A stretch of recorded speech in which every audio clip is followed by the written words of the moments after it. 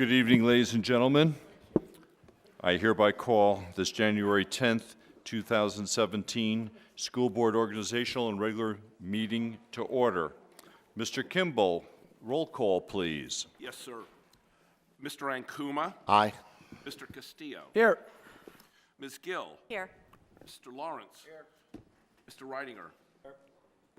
Ms. Ward is absent. And Mr. Webb? Here. Thank you. Please rise for the Pledge of Allegiance.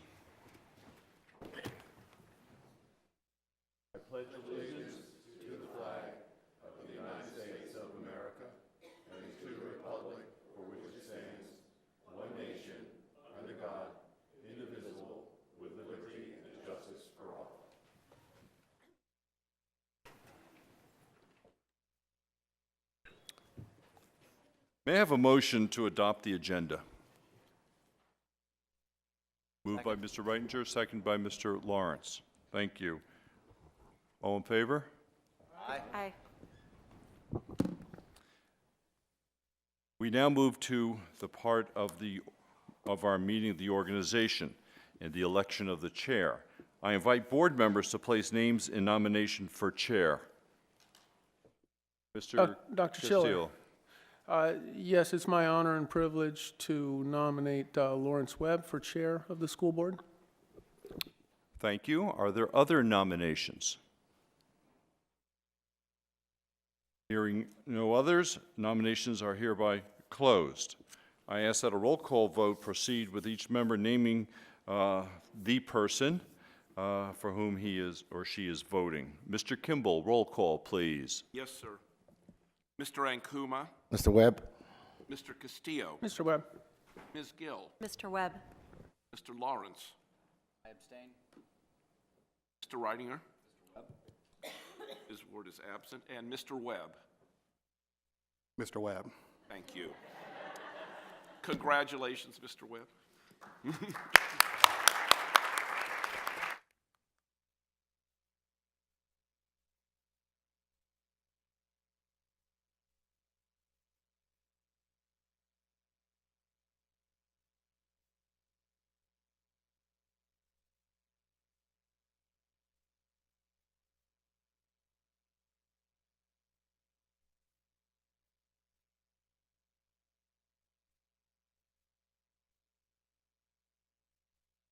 Thank you very much. And we will continue with the next step, the election of a vice chair. I will ask to entertain for nominations. I nominate Phil Reidinger for vice chair. Is there a second? Second. Mr. Chair, just a point of order. Was your nomination seconded? You don't? Okay, I just want to make sure. Just Okay. We will, are there any other nominations? If not, the nominations will close and the members will, Mr. Hunter will, Mr. Kimball will call the roll and the member will identify who they are voting for by name. Hunter. Mr. Kimball, could you, we have Ms. Ward coming in.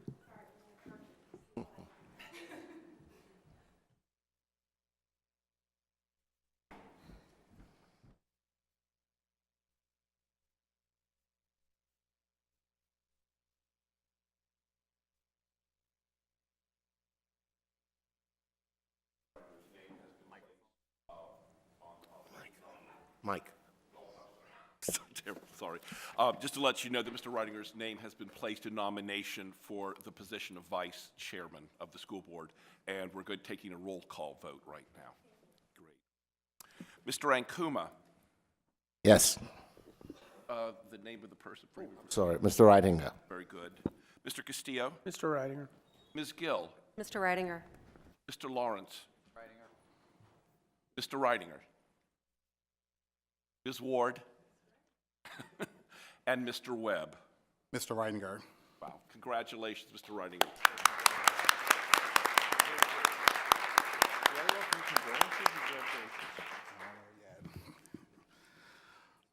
Very much. Before we move on, I would like to make a few comments. I would first like to thank my colleagues for giving me this responsibility. I take this responsibility with my eyes wide open as we are moving over the next 3 months are going to be a very busy and quite full time here for the school board with the process already ongoing of a selection of a new superintendent, the process ongoing of coming up with how we are going to get a new high school and middle school project being completed and how we're going to pay for that, working with the city council, and the process which will start tonight with our budget process. So there's a lot going on over the next 3 months, and I believe that taking this responsibility on, working with our great staff, working with our teachers, working with our community, I think we will take on this task with a great humility and great opportunity to move our city and our schools forward to continue to be the best that they are and continuing that process forward into the future to even be better than they are right now. I do look forward to working with everyone, putting the time in, getting to know some of our administrators a little bit better than I have over the last couple of years, but also coming into our schools and getting to know some of the different parents and the parent groups out there as well. I think it's an opportunity for us to work closer together, listening to each other. We may not always agree on everything, but I do want to let you know that my door, phone are always open to at least hear you, to make sure that you are heard, and that when we move forward with decisions, that your voice has been heard. My colleagues here we will deliberate, and we will make the decision. And ultimately, my goal is to make sure that our students are always in the forefront and the priority of the decisions that we make here over the next year that I serve as the chair of the school board. Again, thank you all very much.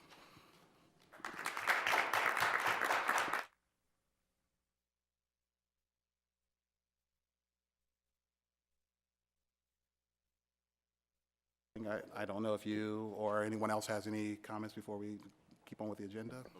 I'll just briefly say I'd like to thank the board members for the trust they placed in me, and let's get to work.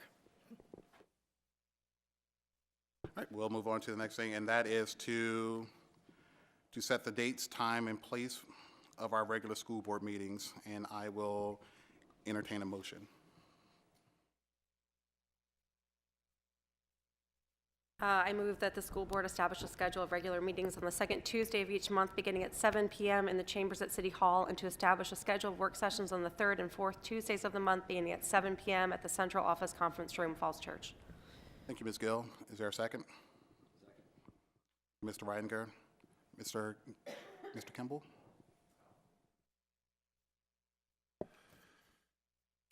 Mr. Ankuma was not here. Okay, Mr. Castillo, Aye. Ms. Gill, Aye. Mr. Lawrence. Lawrence? Okay, very good. Mr. Reidinger, Ms. Ward, and Mr. Webb. Great, so.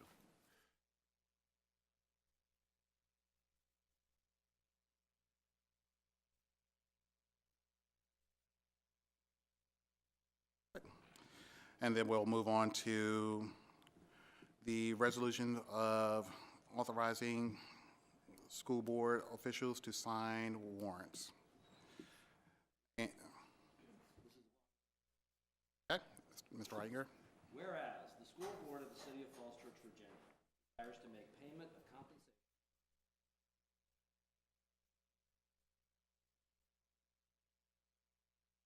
to all other employees whose rates of pay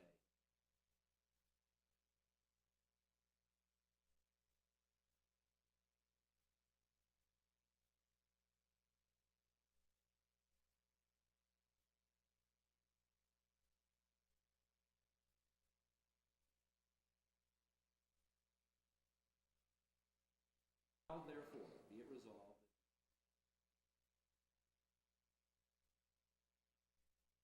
that the school board of the city of Falls Church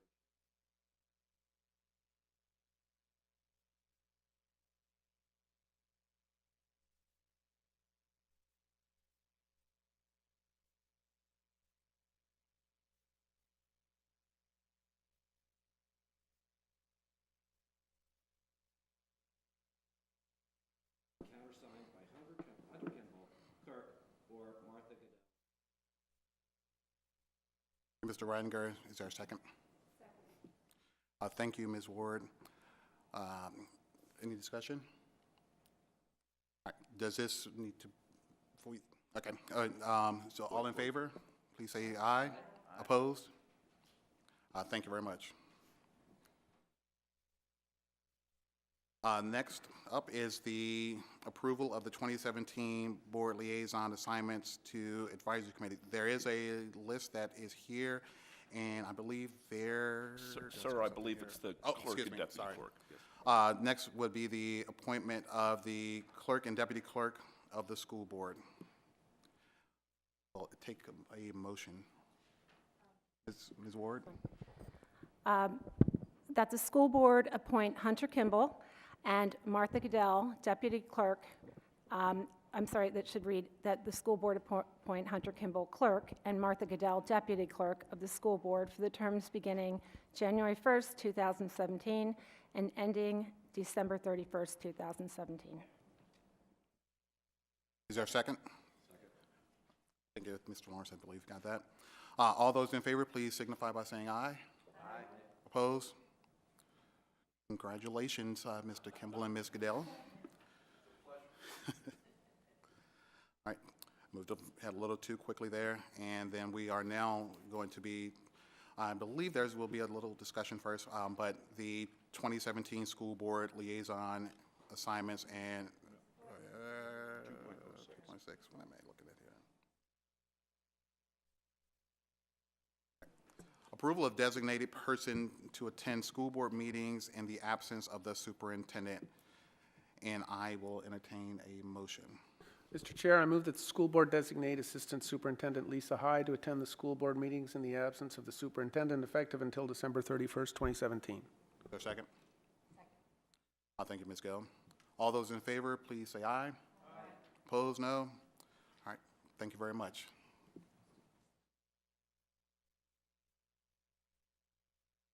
And 2.07, approval of the 2017 School Board Liaison Assignments to Advisory Committees. Are there any questions or discussion that would like to be? Mr. Chair, I would respectfully suggest that, as is our tradition, the vice chair reviews and makes these assignments.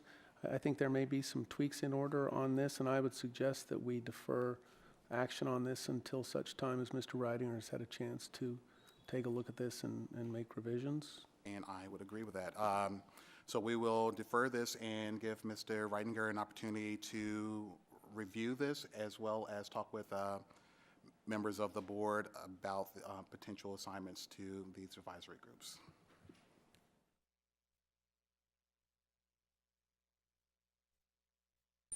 Okay, at this point, there are no recognition or reports. And, okay, thank you. And at this point,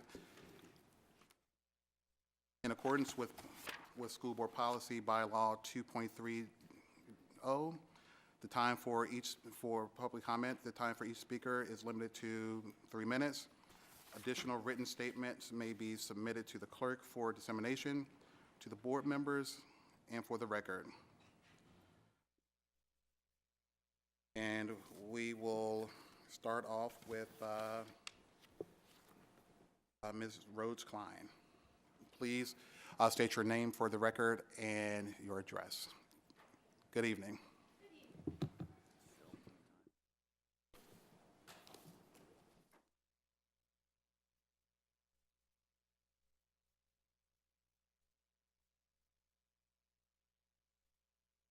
My name is Annie Rhodes-Klein, and I live at 1005 Seton Lane. When I served as a volunteer tutor in one of Washington, D.C.'s larger elementary schools over 10 years ago, my fellow tutors and I frequently noted chronic roof leaks and broken windows that languished without repair as some of the more concrete signs of poor D.C. school district management. I would like to think Falls Church City can do better. I was very glad to hear recently that the school board is looking for bids to repair the high school roof, which has been leaking for well over a year. However, I would like to share my frustrations about the stream of tweets and communications from the school district to the community regarding the leaky roof that appear to be designed to manipulate public opinion. A leaky roof does not need does not mean we need a brand-new building. I hope that the roof has not been intentionally allowed to deteriorate as a point of leverage. I appreciate the thoughtful, fact-based discussions taking place in our community about the various options for the GM-MEH campus. While it is nice to imagine all the possibilities, it is important to be mindful of costs. Last year's budget discussions suggest that our district struggles just to keep up with essential operating costs, such as teacher salaries, paraprofessional hours, and copiers.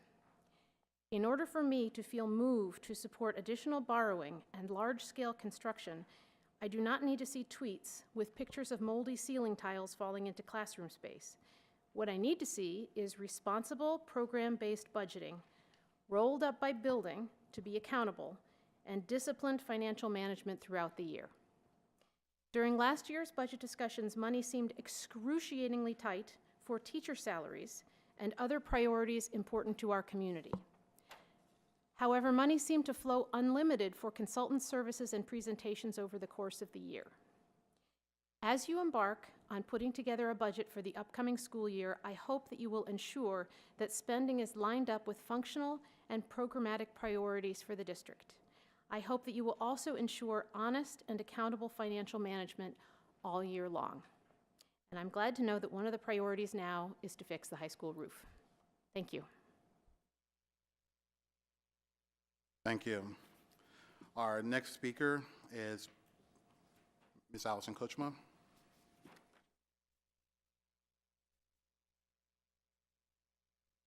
Good evening. My name is Allison Kutchma, and I live at 813 Fulton Avenue. Congratulations, Mr. Webb. I welcome you to the chair, and Mr. Rettinger, welcome. I look forward to working with you. A couple of things this evening. I wanted to speak about the budget, and I would request that you put forth a budget that is compliant with the law this year, and present budget with a column that is columns that are required by law, and show us the spending to date in those categories. And it would be great if the costs could be broken down by program. I've made you all aware, and I will continue to do so, that we rolled out the middle years program in our community without sharing with the community the cost of that program, and without the impact on educational outcomes. I don't think that's the way to do it. I think we should know what kind of bang we're getting for our buck. And I've heard zero questions about the impact of this program on special populations, and discussions about how those populations will be accommodated in this program. I hope to hear that coming up. And please do not offend our sensibilities again this year with a dance about the number of copies teachers make, when we have enough money lying around, not for substitute teachers, not for substitutes for the paraprofessionals at Mount Daniel, but apparently to buy a van with cash that I understand cannot even carry students. In terms of special education, I'm working with a group of families to provide information to the school board, and I've sent you my second report, which I'm sure you haven't had time to read. But there is a budget ask in there, and not the least of which to finance a full-time special education director. Given the fact that the outcomes for the populations, special education populations, are definitely in need, I think it would be appropriate to have a full-time special education director. And I would also request that the candidate for superintendent, that you also show evidence that this candidate can make a difference for our special populations. Also evidence of being able to work cooperatively with a community. Also, just a side note, you know, it's frustrating to see that George Mason High School no longer has a back-to-school night for students with disabilities. There used to be a special evening for families with disabilities to come in and ask questions. We no longer have that kind of program. But I noticed on the morning announcements that there was a parent university to teach parents how to tweet. And I just think we need to get back to our core mission of educating students, because that's something that we do very well. Thank you. And our final speaker slip is Mr. Jonathan Stern.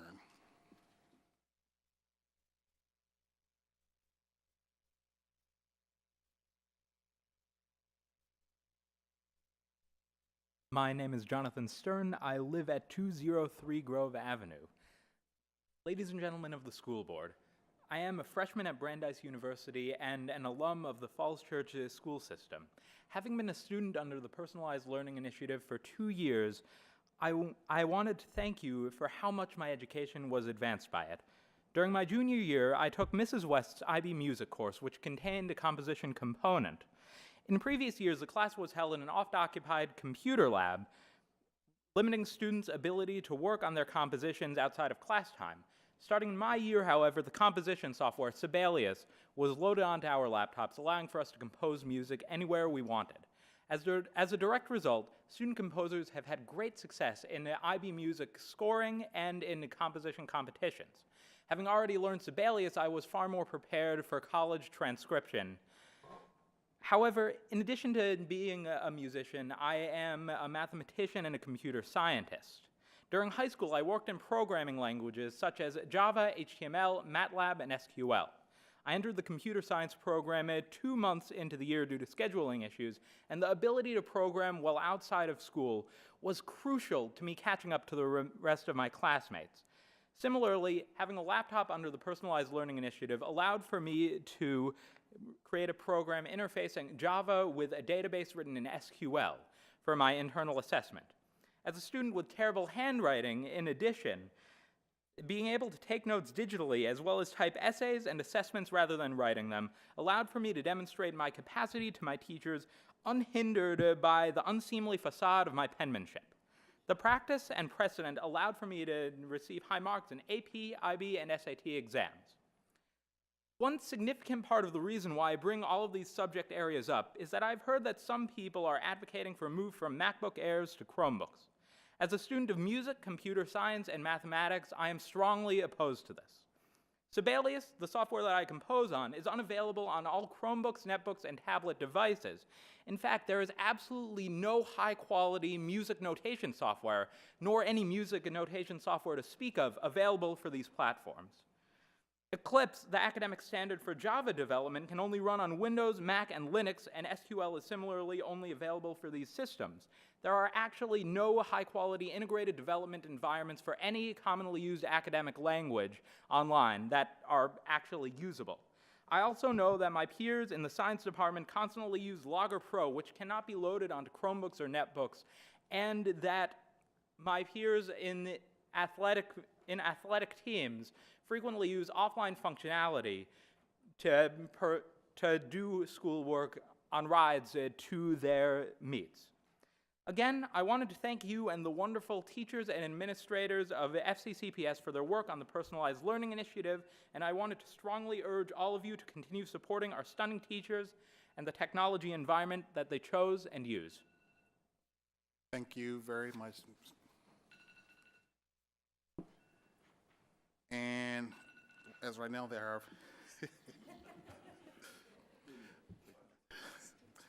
are and our final speaker slip, and if anyone else has comments, please pass that on to the clerk.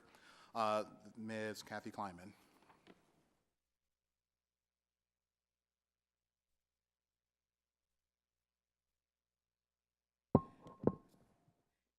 Good evening and congratulations. My name is Kathy Kleiman, and I also live at 203 Grove Avenue. And I would like to continue the message of thanks. A few weeks ago, before the holidays, we talked about my thanks for the technology program of the schools, particularly the high school. Today, I'd like to talk about, as Sam did, our platform, the MacBook Air. I think was an excellent choice by our principals, teachers, and administrators. A few years ago, I actually got a Chromebook from Google. I was a speaker at Google I/O, and every year at their Google Developers Conference, they give out a big gift, and this was the gift that year. And they gave it to speakers too, which I thought was very nice. And it was a novelty. We used it for a few weeks, and then it wound up in a drawer, and that's where it's been for the last few years. Because generally the Chromebook has to be online, and there are lots of times when you're not online. If you're in a car, if you're away from a Wi-Fi hub, if you're on a bus, if you're in a debate tournament, you're not even allowed to be online. It's against the rules. It does not have, as you heard, some of the wonderful, powerful software that MacBooks have or can download for writing, for composing, for working on videos and presentations. And it really doesn't have the ability to go offline. That wonderful fundamental skill that I use and that I try to teach my children and others to use, which is that ability to shut off the world's communications, the emails, the Skypes, the instant messaging, and just compose your paper, edit your work, write your presentation, think about your ideas. That's what you can do on a MacBook Air, on a powerful laptop. So I support our teacher's choice. I also think it's an incredible deal. I understand that we'll be paying a lease of approximately $360,000, it may be a little more, for the laptops for all the students, if I understand correctly, at the high school and at the middle school. But we're spreading that cost across 4 years. That's not the cost for 1 year, that's the cost for 4 years. And then after that, I understand we get to purchase the laptops for a cost of $1 a piece, and they get passed on to TJ for another 2, 3, 4 years worth of use. In part because our students take very good care of the machines, and in part because they're just very powerful, well-built machines. So they're robust pieces of equipment, they're great tools for education and creativity, and they have this long lifetime and this long ability for us to use them across the school system.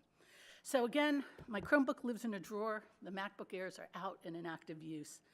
I also want to thank you for not making my daughter compete with my son for a laptop or a Chromebook.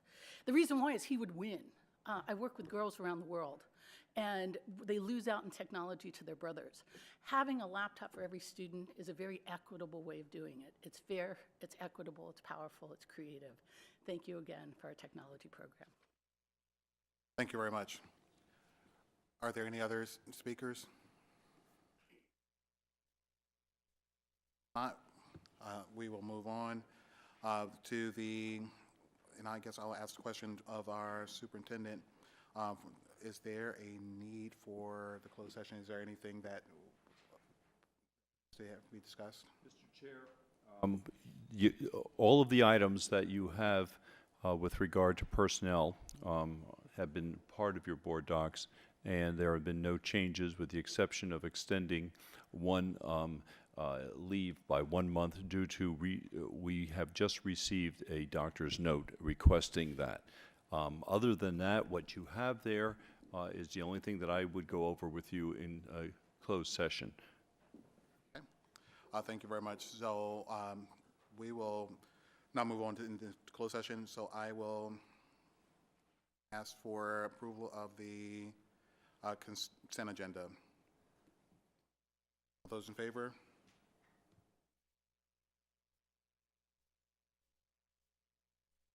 Yes, Mr. Reitinger. Consent. Is there unanimous consent for the consent agenda? If moving forward, all right, we'll move on to the business action and information.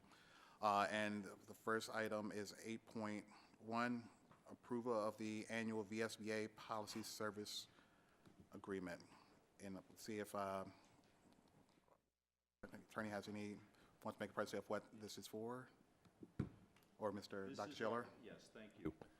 This is the annual contract for the board so that we can continue receiving from the Virginia School Boards Association its policy services. We are Ms. Minson and I are in a process of inventorying all of our policies, administrative regulations, looking at a matrix as to which ones need to be attended to immediately. Many of them are have not been looked at for a number of years, and we were looking forward to, in a very near future meeting, to present to you several of the more emergent, pressing issues of requiring board consideration of policy, as well as to provide a go-forward plan. The services provided here through this contract are very important for us to use as a baseline for revising policies or even adopting those which have been provided, so that they are in accordance with law and in accordance with any changes that districts must adhere to. So I recommend that the board consider approving this agreement effective February 1 for 1 year. Thank you, Dr. Scheller. Are there any questions or comments? Mr. Lawrence. Just a question. Do we already have this? Because it seems like this is what we're getting with VSBA already. It's just on the third page in paragraph 9, it talks about renewable for 3 additional years at the original contract fee. It just almost sounds like it's new, and I'm just confused. This is what we do currently have this service, and it's separate and apart from the VSBA annual dues. It's a separate service offered by VSBA, and our contract is expiring, so we're asking that it be renewed. Okay, and this is strictly policy, and so it's separate from the dues and anything to do with conferences Correct. or Yes, training sir. or anything like that? Policy services. Okay. Okay, thank you. Mr. Reitinger. Thank you, Mr. Chairman. Just to refresh the public's recollection and any board members who weren't here, I recall discussing this at the organizational board meeting this time last year. And my recollection, correct me if I'm wrong, Mr. Superintendent, is that as we discussed, this is a supplementary agreement that gives us access to sort of the VSBA's work to develop standard policies. And in fact, not only does it enable us to do things more quickly and efficiently instead of having to do our own legal analysis of laws, in fact, since a lot of our policies are based on VSBA policies, without rewriting them, we essentially have to continue this until, because a number of our policies are already based on this. And so it seems to me at $2,500 to be a very valuable expenditure rather than using half of our attorney's time for reviewing legislation and updating our policies every year. So this certainly seems like a valuable expenditure to me. Thank you. Any other questions? Mr. Castillo. Just one question. If and to the extent we're seeking policy guidance on something outside the stock library, is that provided under this for some additional amount, or we just get what they've got? You get what they've got, and if we have any of their policies as what we have adopted, then they're able to provide guidance on that. Along with the policy subscription is included. Reed Smith goes to the legislature to lobby, and when the laws are adopted by the General Assembly, they've been advised through the same policy service. So the folks who are working on the policies, revising them annually, are the ones who have been assisting in providing the language that will be used for the laws. So that's another service that comes along with this. But when you have questions, if our policies differ from the VSBA policies, I'm the one that you come to for that, not the VSBA. Thank you. Are there any other questions? And I'm having some technology issues. It's board approved.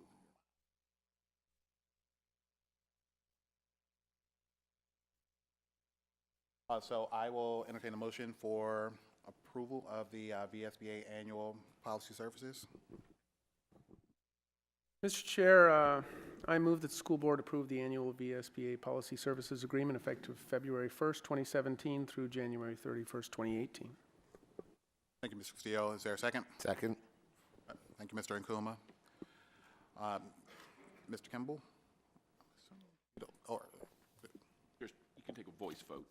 All right, all those in favor, please signify by saying aye. Aye. Those opposed? All right, thank you very much.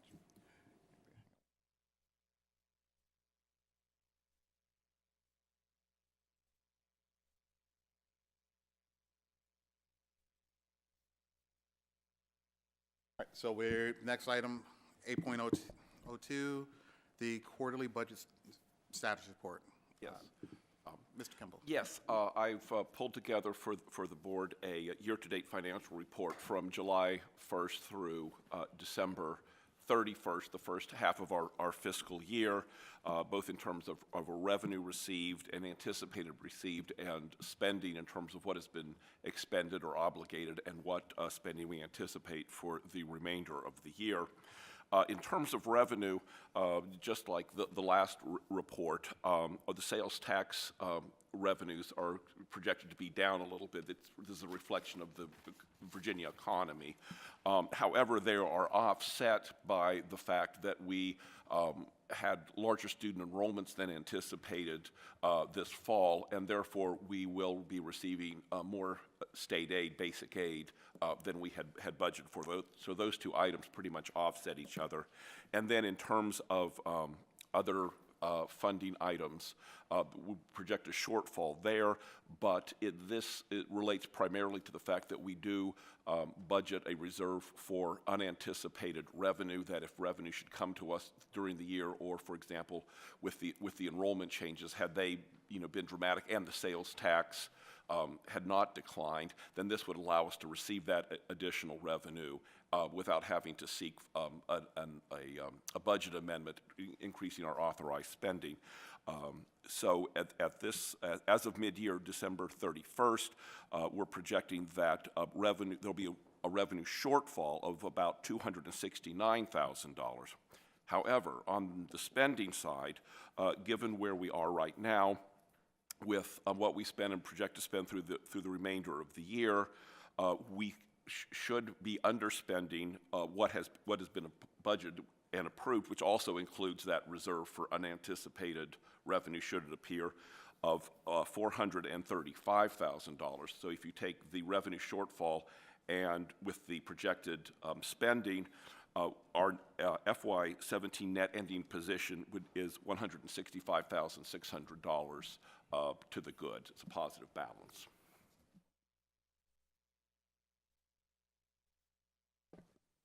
Be happy to answer any questions. Thank you, Mr. Kimball. And are there any questions? Mr. Reidinger. Thank you, Mr. Kimball. These reports are always fascinating to me. Is it possible to get a copy, at least an electronic copy, of where we are on the same report by line item? Not so much the revenue, but I'd love to receive on a quarterly basis what the line item expenditures are, so I could see the specific line items where we're overspending or underspending. Absolutely. We can take care of that. Thank you. Thank you. Any other questions for Mr. Kimball at this point? Yes, thank you, Mr. Chair. So just to understand, everything that's on this document represents something that has changed, is that right? Or, for example, I'm looking at other transfers reserves. It says revised budget remaining of 45, revised budget 38,450, remaining 45,000, projected total spending 45, variance from budget. So was this 308,450 something that changed from the original budget? It is. As you may recall, I brought to the board in mid-November a budget amendment request, primarily having to do with salaries and benefits, and where the actual hires came in and what benefits they took. So this is, what you see under the revised column is actually reflects the budget transfers that were made between and among the various categories. So those wouldn't just roll into salaries and wages then? The other transfers, reserves in the 308,450? At this point, we could, move them to line items if necessary. Well, I guess if you break them out into line items, we'll see them then, and it'll be fine. Correct. Yeah. Okay, that's great. We'll just wait to see that then. Yeah, and really, the reason why that particular line item is left the way it is it really does correspond to the revenue category other funding, that if we don't receive the funding, then we'll keep an eye on it to make sure that we're not spending money that we haven't received or anticipate to receive. Thank you. Any additional questions? Thank you, Mr. Kimball.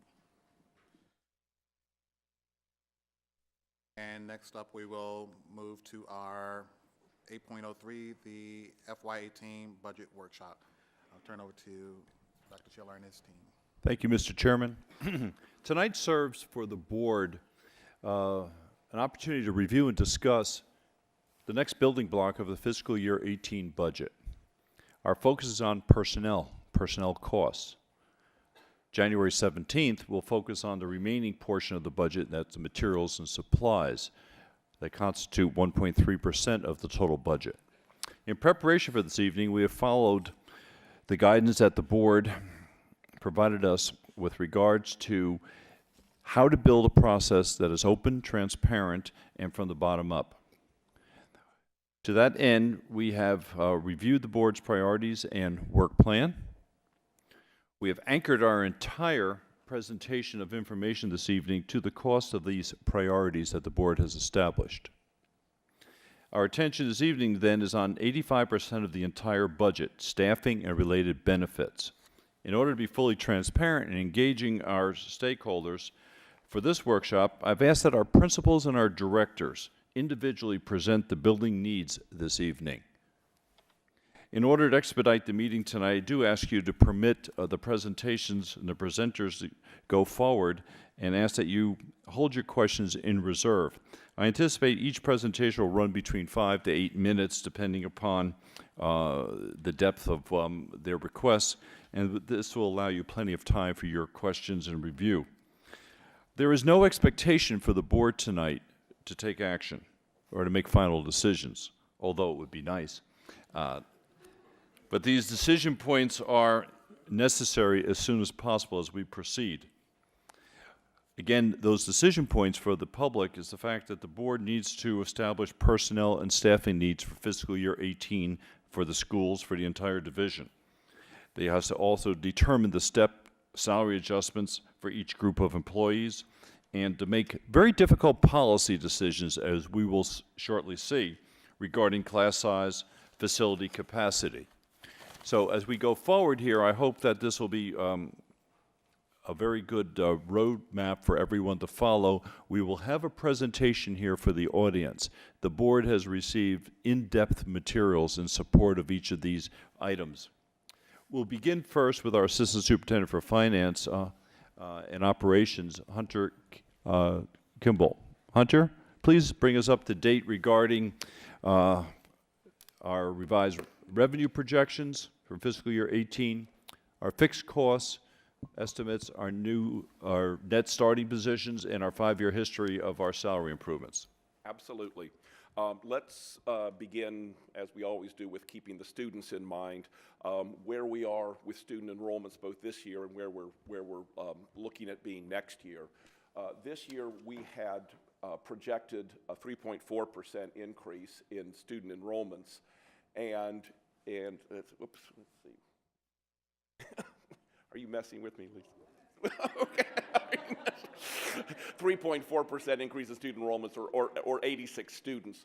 In reality, we got 161 new students joining us, or a 6.4% increase. That's 75 students over projection, hence the additional state revenue that we're anticipating to receive this year. In terms of next year, we're anticipating at this point, early projections are indicating we should get approximately an additional 90 students. We're working both with our internal model, student projection model, and with the Weldon Cooper Center in Charlottesville to work on refining those student projections. In terms of new revenue, this is what we know right now. The governor did present his proposed amendments to the FY18 budget in mid-December, and what we know at this point is we anticipate federal funding will go up about $39,000 or 7.6%. State funding is going to increase fairly significantly at about 10% or $376,000.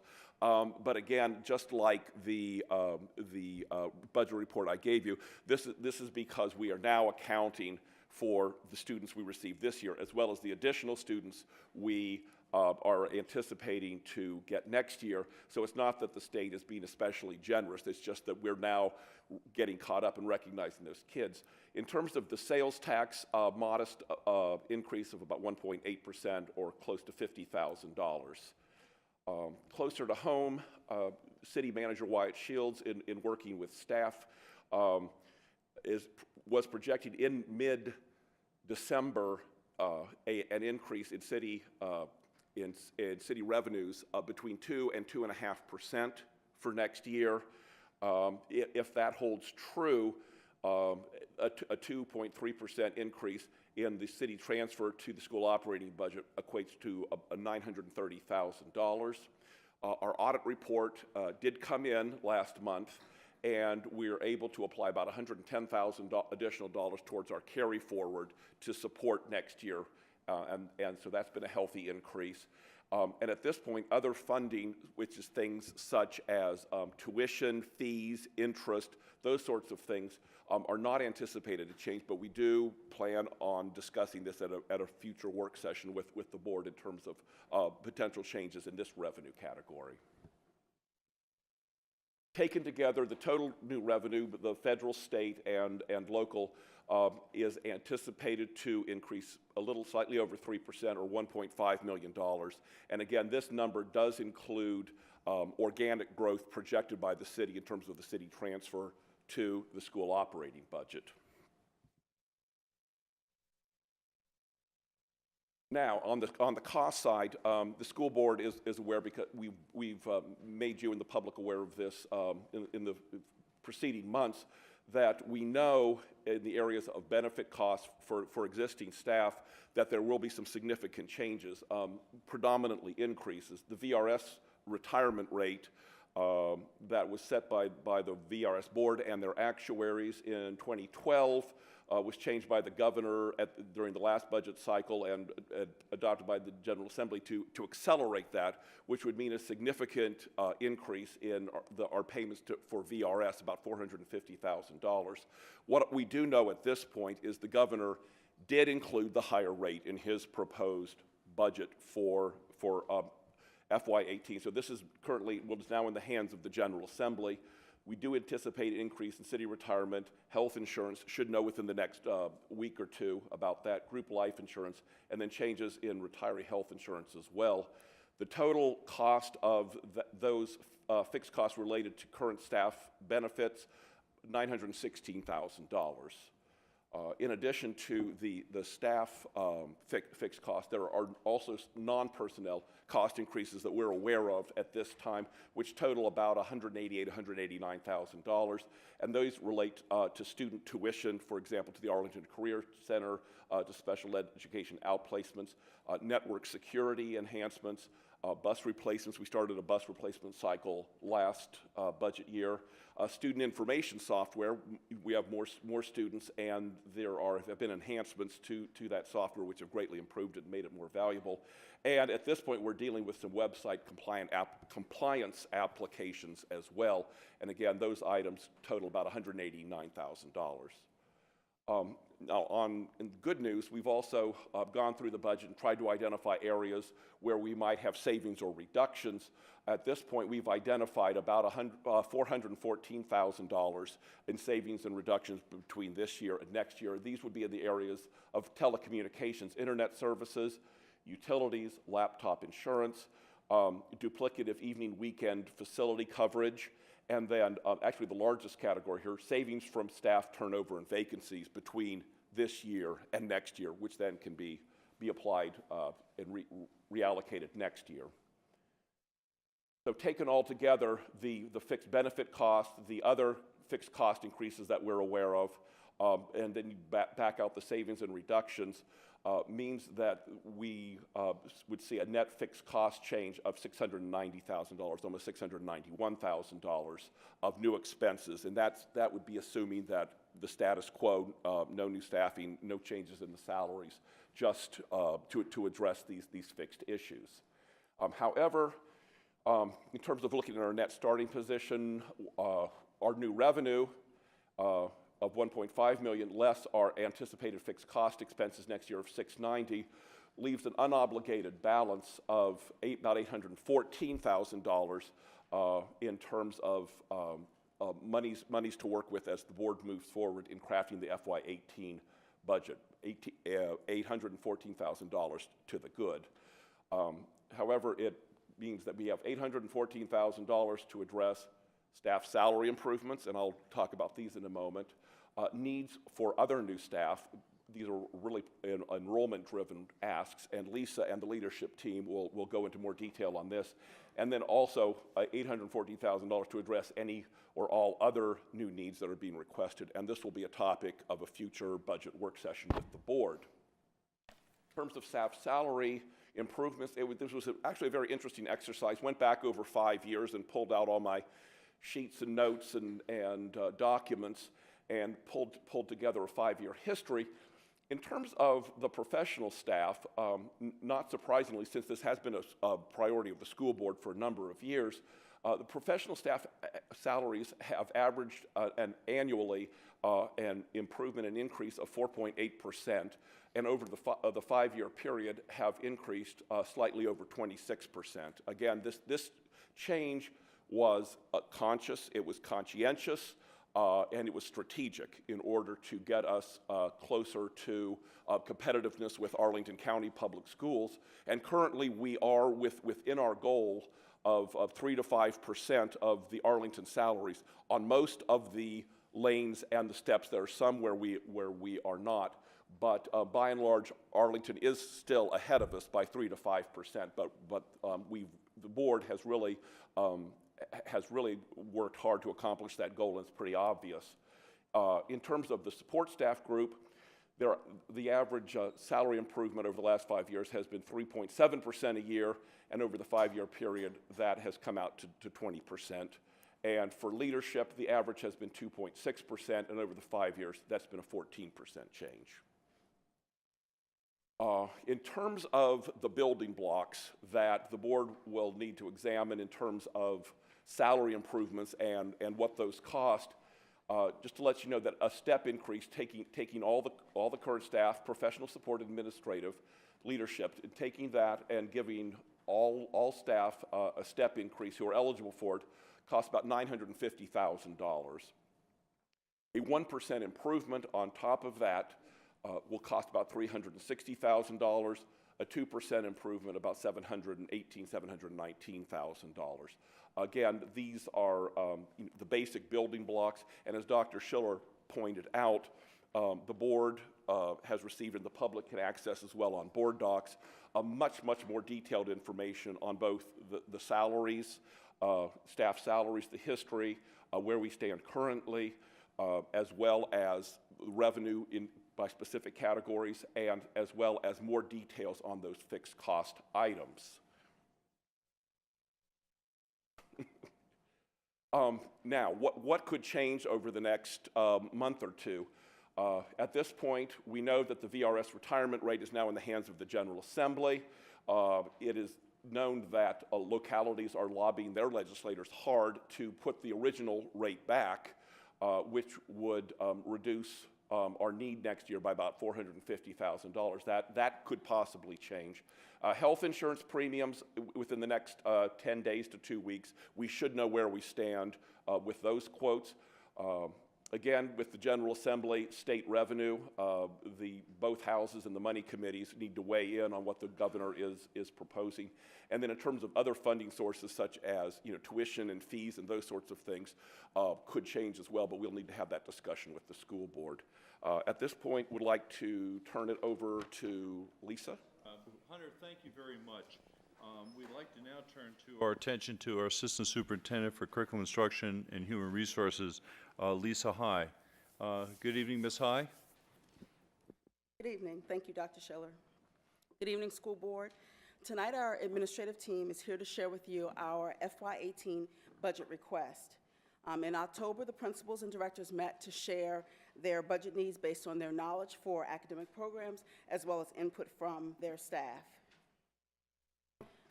All of our needs were based on your school board policy 6.5, class size, class teacher caseload, our FCCPS planning factors, and the academic programmatic staffing needs. Your requests are anchored in your school board priorities, and the ones that we'll be focusing on tonight are excellent staff, 21st century teaching and learning, small class sizes, community engagement, and responsible fiscal management. I just want to remind, as Dr. Schiller said earlier, we are a people business. 84.6% of our budget is salaries and benefits. We've broken it down to show that 63.4 is salaries and 21.2 are benefits. Again, we are a people business. That's the work that we do. I will now turn it over to our administrators and directors to come share their needs. They are the best advocates for their schools and department. Each principal will speak to the needs of his or her school tonight, and then you will hear from the directors to address system-wide requests for staffing. We ask, again, as Dr. Schiller has asked, to hold your questions to the end of the presentation. The leadership team has spent some time and worked really hard to prepare these presentations for you tonight. Oops, I'm just clicking away, sorry. I'm sorry to steal your thunder. They're gonna see it before you come up. Yeah, but we will be glad to answer any questions once the presentations are done. We'll begin with Erin Kelly from Mount Daniel, and then we'll proceed on to the rest of the principals and then to the system-wide staff members. Hello. Thank you for giving us the opportunity, oh, I'm clicking away too, to come and share our needs with you. At Mount Daniel, we have 4 main requests. The first is 1 kindergarten 1.0 classroom teacher and 1 kindergarten .38 paraprofessional. This aligns with our current model of 1 teacher and 1 full-time paraprofessional per kindergarten classroom. This request is necessary to comply with Priority 3.0, which discusses maintaining small class sizes, at which point the guidance for that is 22 students maximum per kindergarten, first and second grade class.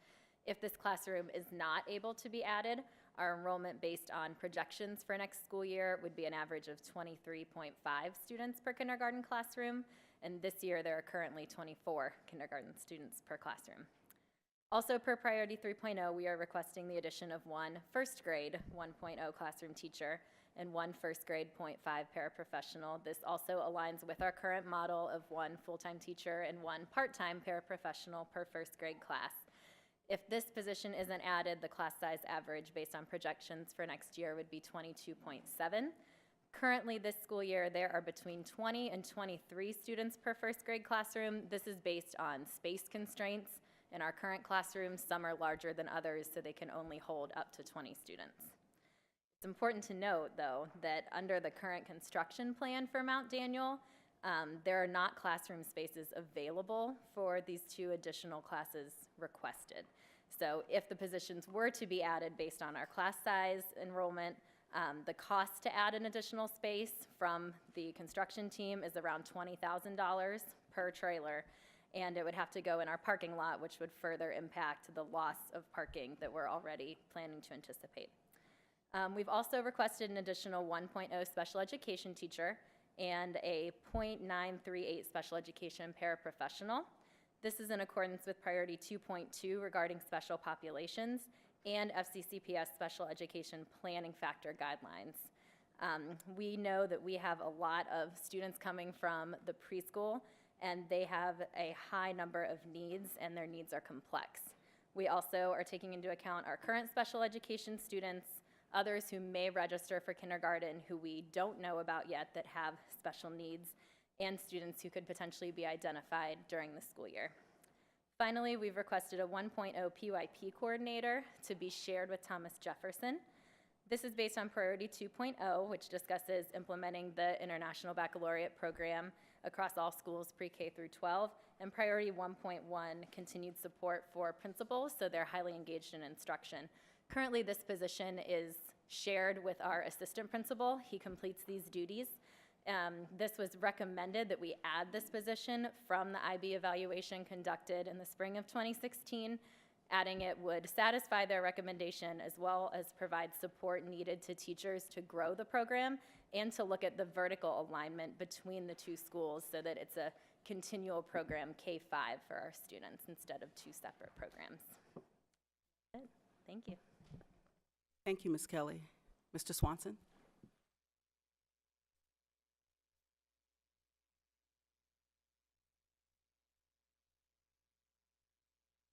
Good evening. I'd like to begin by noting that the items that I will present to you tonight are not wish list items. These are needs that are rooted in the expressed written priorities that this board has enumerated in its triennial plan. So our first need is a K-5 PYP coordinator to be shared between Thomas Jefferson and Mount Daniel. And while Mrs. Kelly has explained the rationale for this, I would simply add that this position is not only connected to recent evaluations of our IB program and our IB progress. But I think it is also tethered to the very special nature that we all know that FCCPS Schools has. This district has just broadened its IB focus. That is something that you should be very, very proud of. And this is a position that is needed to grow and sustain this program in ways that right now teachers with their current workload simply cannot do. The second need that TJ has is an additional encore teacher. We have talked at some length about class size policies that this board has instituted. Right now we have 10 sections of 3rd grade at TJ. We anticipate that will move to 4th grade as well. That leads to encore classes of being upwards of 29 or 30 kids, and that is a very difficult situation. If we see any enrollment increase at all, we should expect that that number will swell even further. Thirdly, TJ requires an additional ESOL teacher. This board has stated its goal to improve the performance of the special populations here in our community, among which are our ESOL kids. We should be very aware that this population has made significant strides in the last 3 years. That too is something to be very, very proud of. But this is also one of the most vulnerable groups in this community. Right now at TJ, we have well over 90 ESOL kids, and to serve those kids, we have 2 teachers and a teacher assistant. They work very well, they work very hard, but if we are going to honor the commitment that I think that we have made to these students, we need an additional staff member. Finally, we need an additional 0.4 special education teacher. Right now, we do have a 0.6 special ed teacher. We need for that position to be full-time. This need rises from not only enrollment increases in our special education population, but accompanying those enrollment increases are some very complex and very needs-based behaviors. So we certainly could benefit from that. Now, I would also ask this board to consider one other complication. Right now, when we look at our enrollment projections for next year, we are a razor's edge away from crossing over class size caps in both 2nd grade and 4th grade. So if enrollment should increase, and if in fact we do hire 2 more general education teachers, at the present time we do not have available space at Thomas Jefferson to house those classes. We don't have it. So if we would hire those teachers, there will be some spillover and consequences to that we will have to address either through curricular changes or through some type of facilities changes. Thank you very much. Thank you, Mr. Swanson. Mr. Harris?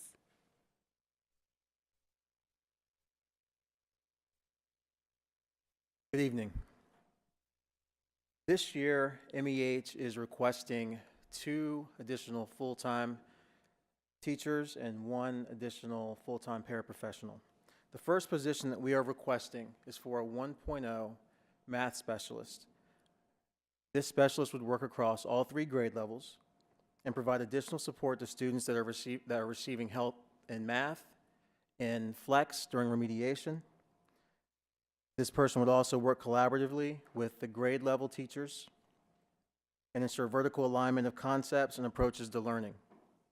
This addition would allow some of our math teachers to provide enrichment opportunities to students, something that they currently can't do because they are teaching remediation the entire time. This request is directly aligned with School Board Policy Priority 1.5, which seeks to provide regularly scheduled unencumbered plan time for teachers, as well as Priority 5.0, which seeks to improve performance of students in need by providing access to additional instructional time and enrichment activities. It is important to note that we currently have a reading specialist who works in a similar capacity with our English department.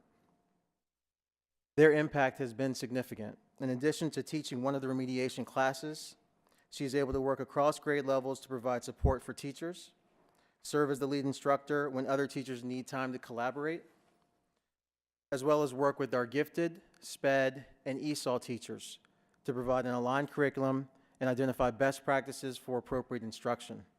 We saw significant growth in our English SOL scores over the past 2 years, and we attribute that to the strength and expertise of our faculty and their ability to work together, but also with the extra resource of having a reading teacher. We believe that having a math specialist will help us achieve similar results in math.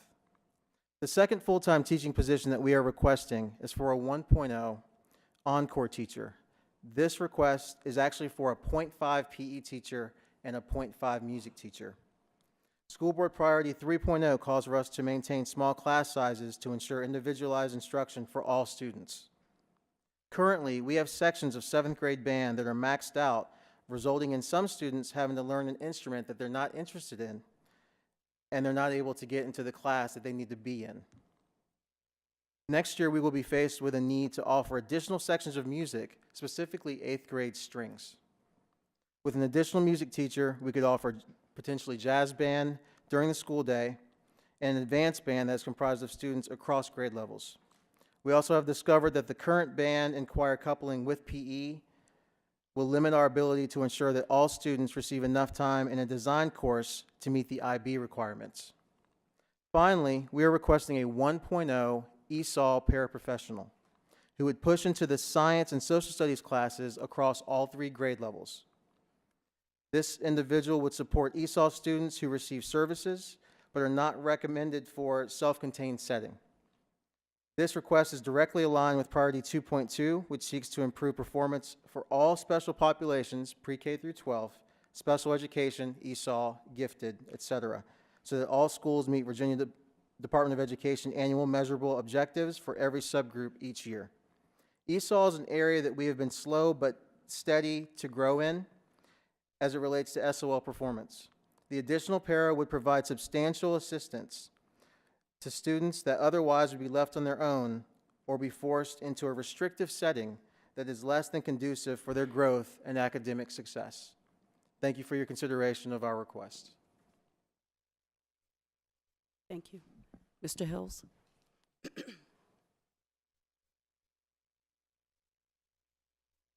evening. And thank you to all the principals for sharing their requests for the following school year. It's clear these requests will have a direct positive impact on all of the future students of GM. I'd like to begin with our first request of a 0.6 world language teacher. This is aligned with Priority 2.0, which is to ensure all students are developing critical thinking and creative problem-solving skills by implementing the IB program across all schools. As you are aware, and Mr. Swanson mentioned this, we recently became the first fully authorized K-12 IB World School District in Virginia. The middle years program requires all students to be enrolled in a language course. Currently, at George Mason, we have 505 out of 815 students enrolled in a language. We also have a French teacher on a 1.2 contract and are serving one of our Chinese 1 classes through a Middlebury Online program. This position would be shared, of course, with MEH. As we consider the enrollment projections, we have additional staffing requests as well. GM requests a 1.0 science teacher, as well as a 0.6 math teacher. This is aligned with Priority 3.0, which is to maintain smaller class sizes under 25. We currently have several of our lab science classes that are hovering anywhere between 27 and 28. This is also closely aligned with Priority 2.4, which actually focuses on expanding student access to STEAM disciplines, a priority for the division for many years now. Our next request is for a 1.0 counselor. Based on fiscal year 2016, there was approximately 1 counselor for every 329 students in the state of Virginia. This request is relevant in order to maintain the state standard of quality recommendations moving forward. We also would like to request an additional 0.2 theater teacher. This is aligned with Priority 2.3, which increases learning opportunities for all students by extending class time and offering more flexible learning formats. This would also allow students to complete the General Education Certificate through Northern Virginia Community College. What this means is that our students would be able to earn 33 college credits, which would be the equivalent of 1 year prior to entering college. Our next request is for a 1.0 assistant athletic director. This is closely in line with Priority 5.0, which is improving the performance of students in need by providing access to enrichment activities. We currently offer about 23 junior varsity or varsity athletic teams. Comparatively speaking to the neighboring Fairfax County public school system or Arlington schools, they offer the same number of athletic opportunities for their students, with enrollment numbers anywhere between 2,500 and 4,000 students. Our next request is for a .5 activities coordinator. This is currently a stipend position at the high school, with close to an 85% extracurricular participation rate in the school that offers close to 50 clubs. This is in line with GM's focus on ensuring that all students excel in mind, body, and character. Our next request is for a .6 Dean of Students, which would actually make this a full-time position. This is in line with the school board priority 1.1 of continued support to ensure principals are highly engaged in visiting classrooms and leading instruction. Lastly, we would like to request a .6 curriculum intervention enrichment teacher. This is aligned with priority 2.2, which is to improve all of special populations. This includes our special education students, ESOL, and gifted and talented students. And lastly, to echo Principal Swanson and Principal Kelly's remarks in regards to adequate space, we are in the same boat at the high school. Because of what happened this summer, having to move 6 of our trailer classrooms inside the building, we no longer have space to meet the needs of these future requests. Thank you. Thank you, Mr. Hills. We'll have Ms. Germer. She will be addressing Jesse Thackeray Preschool first.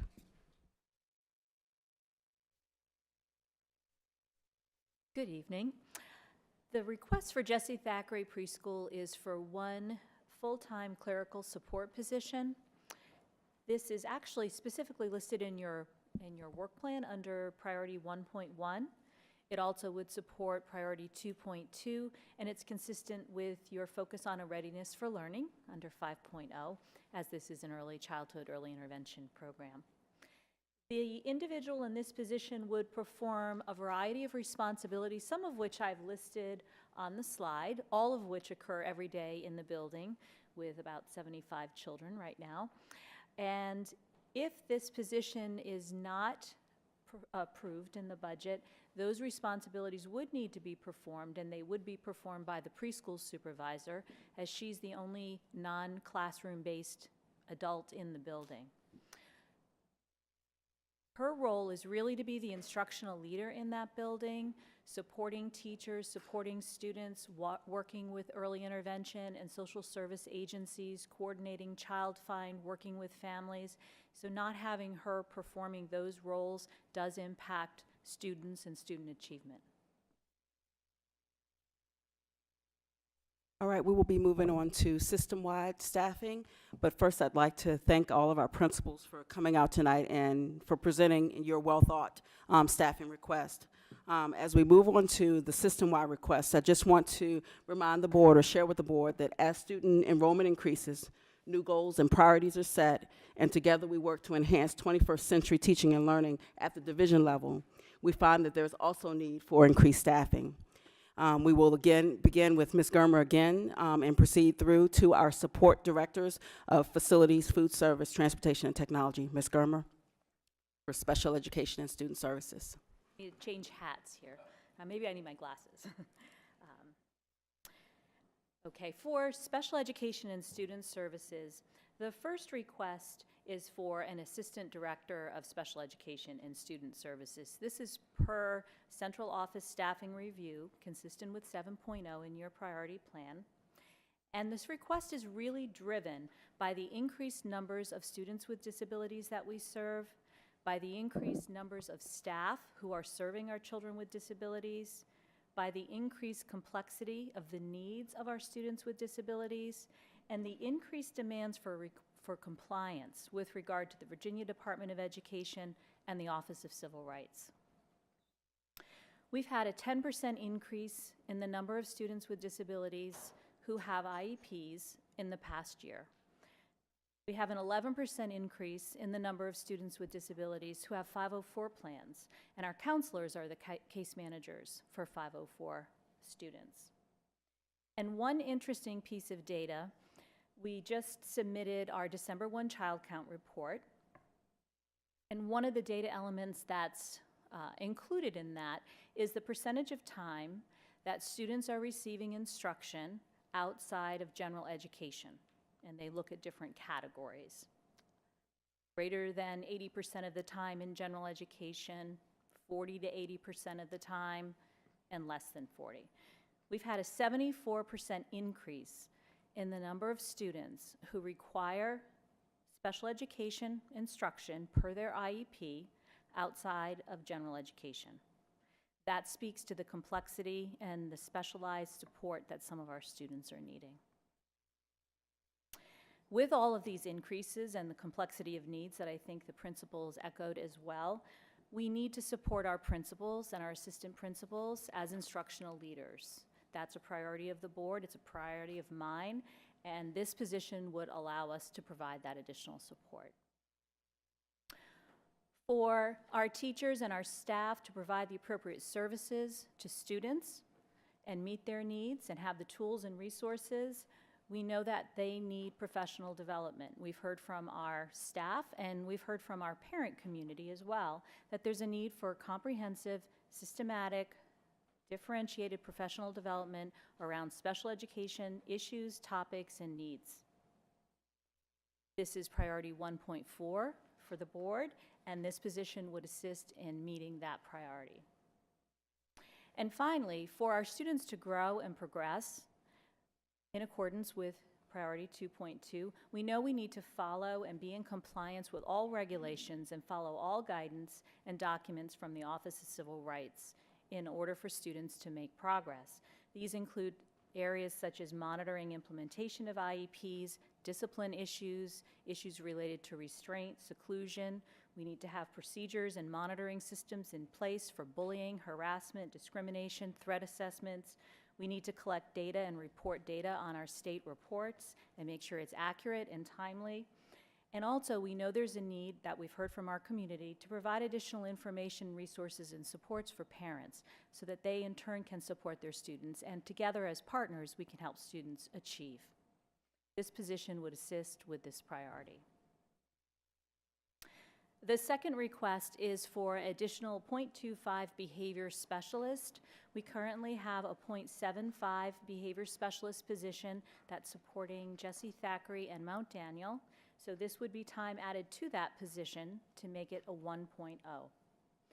This position is consistent with priority 2.2, again, supporting special populations. And I also would point out that I think it's tied to having safe and secure schools, as these individuals are the individuals who conduct very specialized assessments and develops very specialized plans and design instructional strategies and programs for students who need a more systematic approach to learning.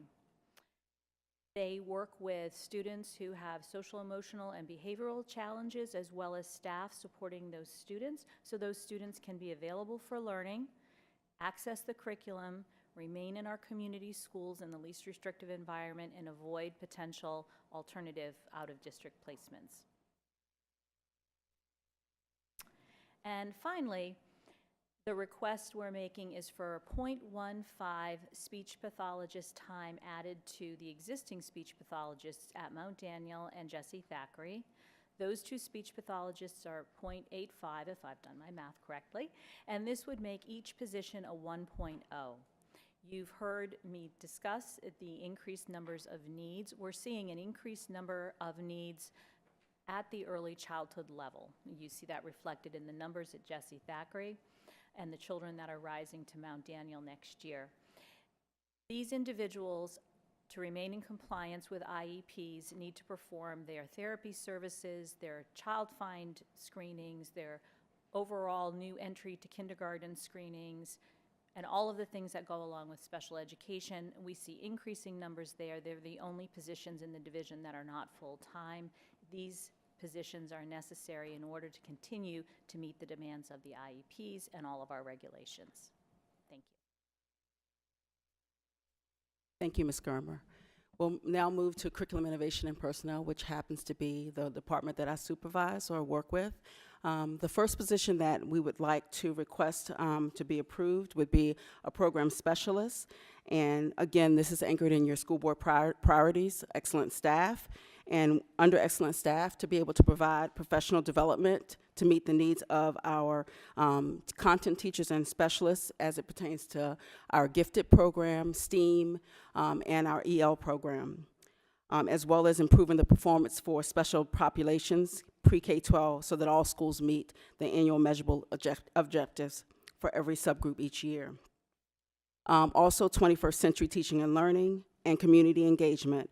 This individual would be engaged in full diversity of our parents, staff, students, businesses, and other community members.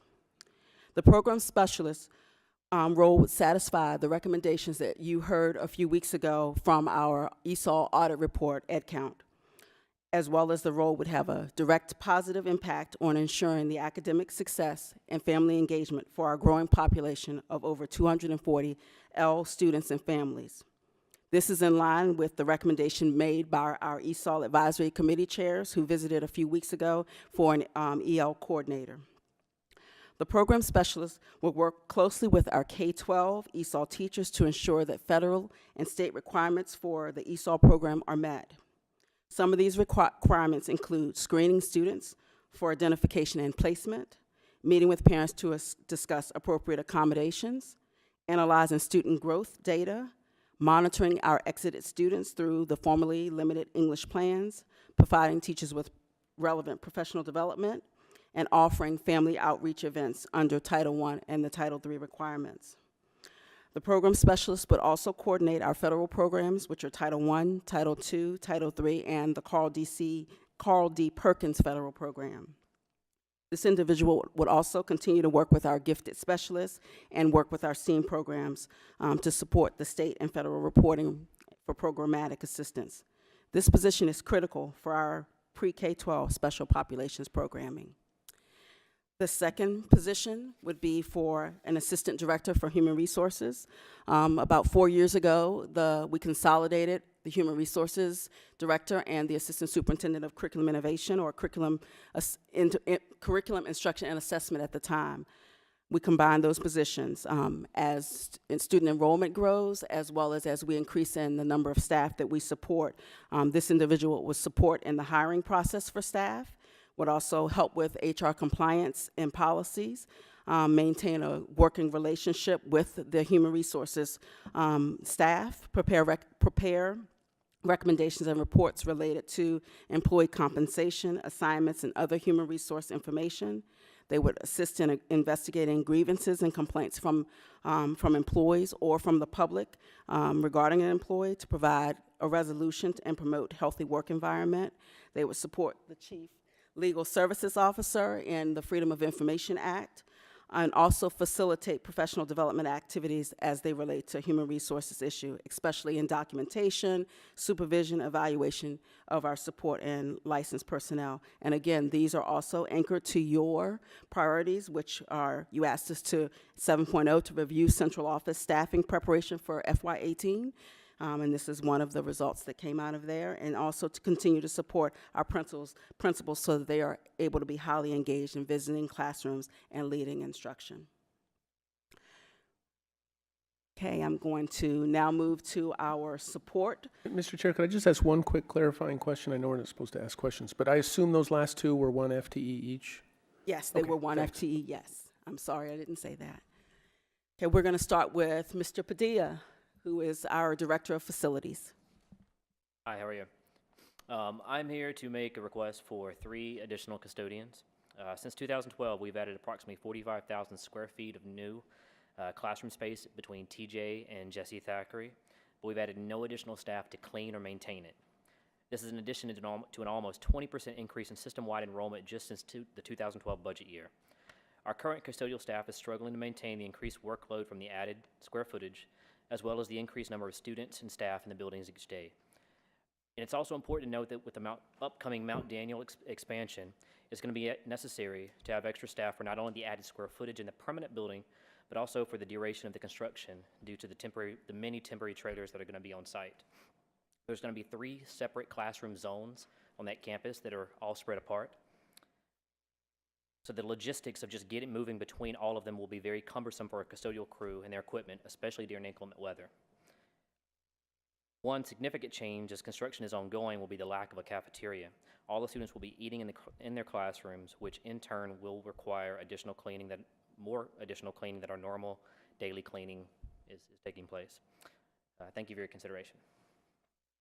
Thank you, Mr. Padilla. Mr. Kane, Director of Food Service.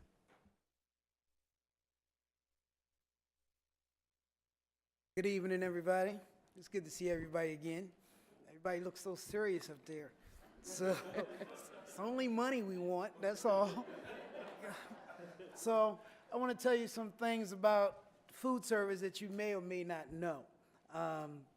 Last year, we served 171,052 meals for the school year. For the summer, we served 2,262 summer meals, and for the backpack program, we did 41 meals. And with the backpack, it sounds small, but that's over a weekend, and we partner with restaurants in the city in order to do this. Now, we believe that we have an excellent staff, and I'm responsible for feeding everybody. So they got to have that food in there to feel good. So I'm requesting 1.5 FTE. Now, some of the things that you also don't know about my department, we're growing hydroponic lettuce. We do it at MEH and at George Mason. So a little bit of that space that a student can be sitting there occupying, I have plants right there, growing lettuce to feed the students. Just joking, don't take away my lettuce. So we also growing tilapia over at the high school because we believe in cooking from scratch and giving you the best fresh ingredients possible. So if I'm growing my own lettuce and I'm growing my own fish, I need some people, So due to the fact that all this wonderful expansion that we have going on at Mount Daniel and over at TJ, we're going to have to create an additional line. Now, I sympathize with Mr. Padilla because I'm in the boat kind of tied with him.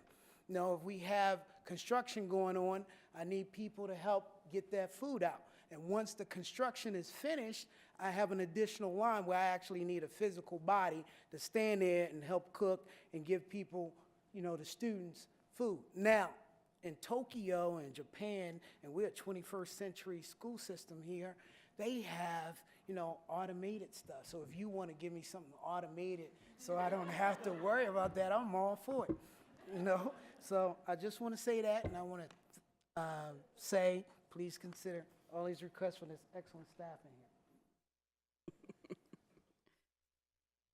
Thank you, Mr. Kane. Some comic relief. All right. Nancy Hendricks, Director of Transportation. Hendrickson, sorry. Thank you. Thank you. Good evening, everyone. That's a really hard act to follow. We just pick kids up and bring them to school. So, the Transportation Department is requesting one additional .7 bus driver to address the enrollment growth, as well as a 1.0 transportation specialist.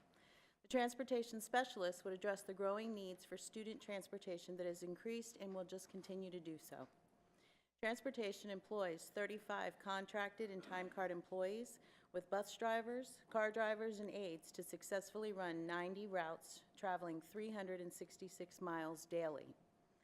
In the last year, we have driven 339 athletic and 195 academic field trips for a total of 36,888 miles. Transportation is a year-round department with summer school from early July to mid-August, transportation for all special education outplaced programs, and 88 field trips just during the summer for daycare, rec, and athletics. Full-time transportation specialist is needed to monitor and manage the day-to-day issues of vehicle maintenance, addressing staff and parent concerns, collecting and managing paperwork, payroll, pre-trip forms, field trips, as well as phone calls, radio communications, and emails. The position will be responsible for routing and planning of bus routes, student management, and increased special education needs. At present, our current lead driver is basically doing this job, as well as being the first person to substitute on any open runs. Due to being short-staffed from the beginning of the school year and athletic trips that need to leave early, he is on the road almost every day, every morning and afternoon, leaving little to no assistance in the office. We now use technology for routing and field trip management, which is much more efficient, allowing instant access to data, but that must be maintained and processed as well. The lead driver assists with bus stop and school site management, radio communications, and maintenance schedule implementation. It is a staff support position that collects our payroll and reports. This person is certified to train staff, do ride-along inspections, and provide additional training when necessary. This position works a split shift, 8 hours a day, 196 days a year. With the addition of the transportation specialist, we could eliminate the 15-hour a week office assistant we are currently utilizing to help out in the office. Staffing and getting everyone where they need to be efficiently is a daily struggle. As a small school system, we have limited options, and we need additional resources to continue to meet the needs of our growing school system. I have driven a school bus when necessary, but I can only drive one bus at a time. And that does leave no one in the office to manage operations. If there is an accident, I'm literally stuck on a bus and cannot respond. I would also like to speak about competitive salary scales and benefits for all transportation staff. Salary scale reviews have been provided for all positions in our department. The same as teachers, we have lost staff to Fairfax, Arlington, and Alexandria. All listed counties offer employees a full-time benefit package to contracted employees working less than 40 hours a week. Falls Church City Schools has never been able to be competitive regarding benefits. However, we used to have a higher hourly salary to counter the benefits. This is not the case for the past several years since Fairfax has increased their hiring efforts. I've had several applicants apply because they could not pass the requirements for Fairfax County, hoping to find a position with Falls Church City Public Schools. Upon investigation, serious inadequacies caused these applicants to fail, including basic language skills, driving skills, and aptitude. Raising the salary scales to be competitive will go a long way to attract and maintain quality staff. Thank you very much. Thank you, Ms. Hendrickson. We will have Mr. Nguyen, our newest Director of Technology as of January 1st. Good evening, everyone. This coming up budget, our IT department is need a full-time desktop support technician to work across our system-wide school network. Since we roll out one-to-one program in 2014, we have added new device, like 2,500 new device, and new technology such as laptop, iPad, server, and upgrade wireless system and security appliance to the network, but our IT team stay the same. And we've been using the high-skill network engineer to work and fix the minor technical issues.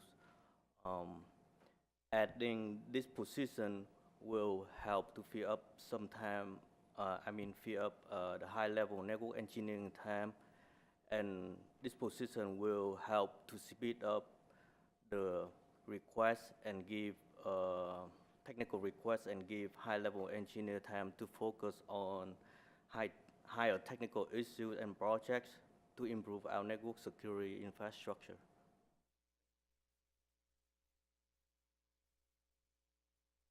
Dr. Schiller. In accordance with your priority to review the central office staffing, your permanent superintendent is going to have a need for someone to be able to provide a great deal of assistance, project assistance, and a variety of areas, administrative assistance to all the staff, specific projects, specific assignments, as well as the crush that we're finding with the federal ADA inquiries, requirements, video accessibility, and the regulations that are in accordance with Section 508. I brought this to your attention only because of the fact that a new permanent superintendent coming in is going to find that she or he will have a need and it is the only position that, the superintendent position, that's not supported at this time, except for by the very capable work of your deputy clerk, who is frankly serving many capacities, wearing many hats, and it's just a recognized need. I believe Dr. Jones had advanced this last year, had identified it, and I would concur. And I'd just like to say to the school board that as a leadership team, we're very appreciative of your efforts. In our admin meetings recently, we know that you have some difficult decisions that you will need to make and choices to make, and we deeply appreciate the work, consideration, and seriousness that you are taking and bringing to this process. But just know we're here to support you and answer any questions that you may have as you continue in your budget work. Thank you for your time tonight. Mr. Chairman, Mr. Vice Chair, and members of the board, I'm very proud of our administrative staff and the work that they've done to try to develop the needs, to clearly articulate them, and to be able to present to you an unvarnished look at what this district needs in accordance with your work plan. And our intention, as you spoke with me several months ago, is to be able to provide a picture and as much data as we possibly can so that there's a full buy-in and understanding. Tomorrow I'll begin my opportunities to meet with all of our staff members at the respective schools, and from that point forward we will open up to them not only what we know of our budget and our budget requests, which we have sent out all of the information that you have, our staff has, and it'll begin in the kind of dialogues and conversations that I'm sure that each and every one of you will want to continue with our staffs at the schools. We stand ready now to answer any questions. I would invite our administrators to come forward if you wish. I'd like to thank Dr. Schiller, Ms. High, and all of our administrators for your detailed presentations, providing us with the information that will get us started on building a budget, letting us know what your individual buildings, facilities, and areas that you support and supervise and those needs. So I will turn to the board to see if there are any questions. Yes, Mr. Chair. Well, first of all, I'd like to thank you all, for coming out at this late hour. I know you're going to have to be back early tomorrow. And also thank you for your very thorough and informative proposals. Couple of questions. The first is, could you talk a little bit more about, there's obviously the classroom teacher aspect of the education that we provide. Mr. Padilla and touched on a few other things, but with respect to people not in the classroom, how important is that to your mission? Because sometimes we hear, we just need to get more teachers in the classroom, but I get the strong sense, and I'd like you all to elaborate, that there's more to it than that.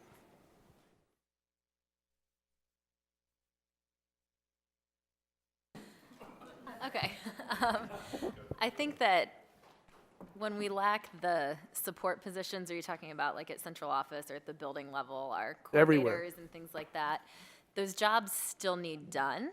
And so when there's not a person to lead that, it also falls on the classroom teachers. So then that's time that they have to spend, of course not during the instructional day, but outside of school hours or time when they could be planning instruction for their students, doing things that it would be helpful if other people could lead. So it impacts definitely in that capacity. For us personally, the request of the PYP coordinator, our teachers are eager to learn, they're ready to learn. We appreciate the PD funding that they've been afforded this year, but we still need someone to truly lead that charge. And I think that we are finding ourselves a bit stuck at this point because the teachers only have so much time and they all put the kids first, as they should. So when it comes to, planning for a PYP meeting or planning for guided reading, the classroom teachers are always going to choose guided reading, as they should. So having a different person that has different responsibilities helps them grow in that capacity.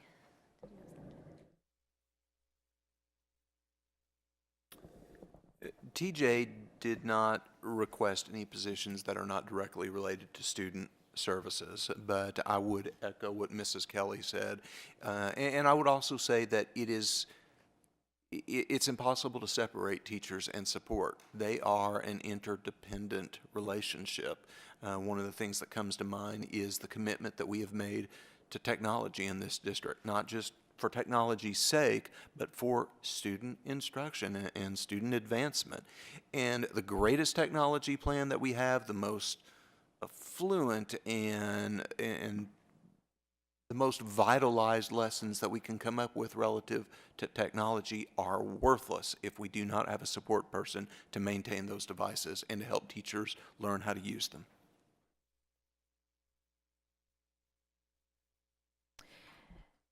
And I would say for,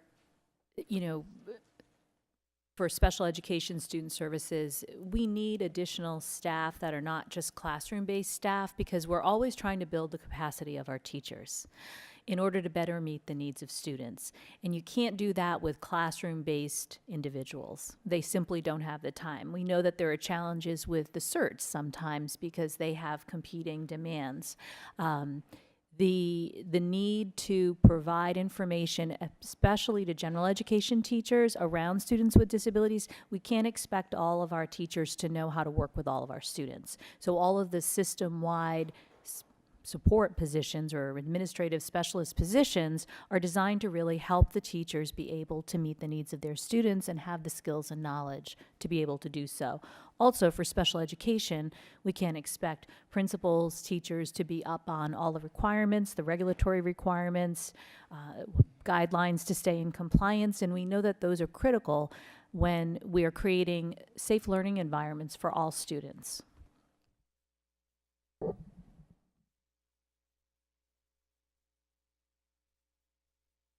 Lawrence?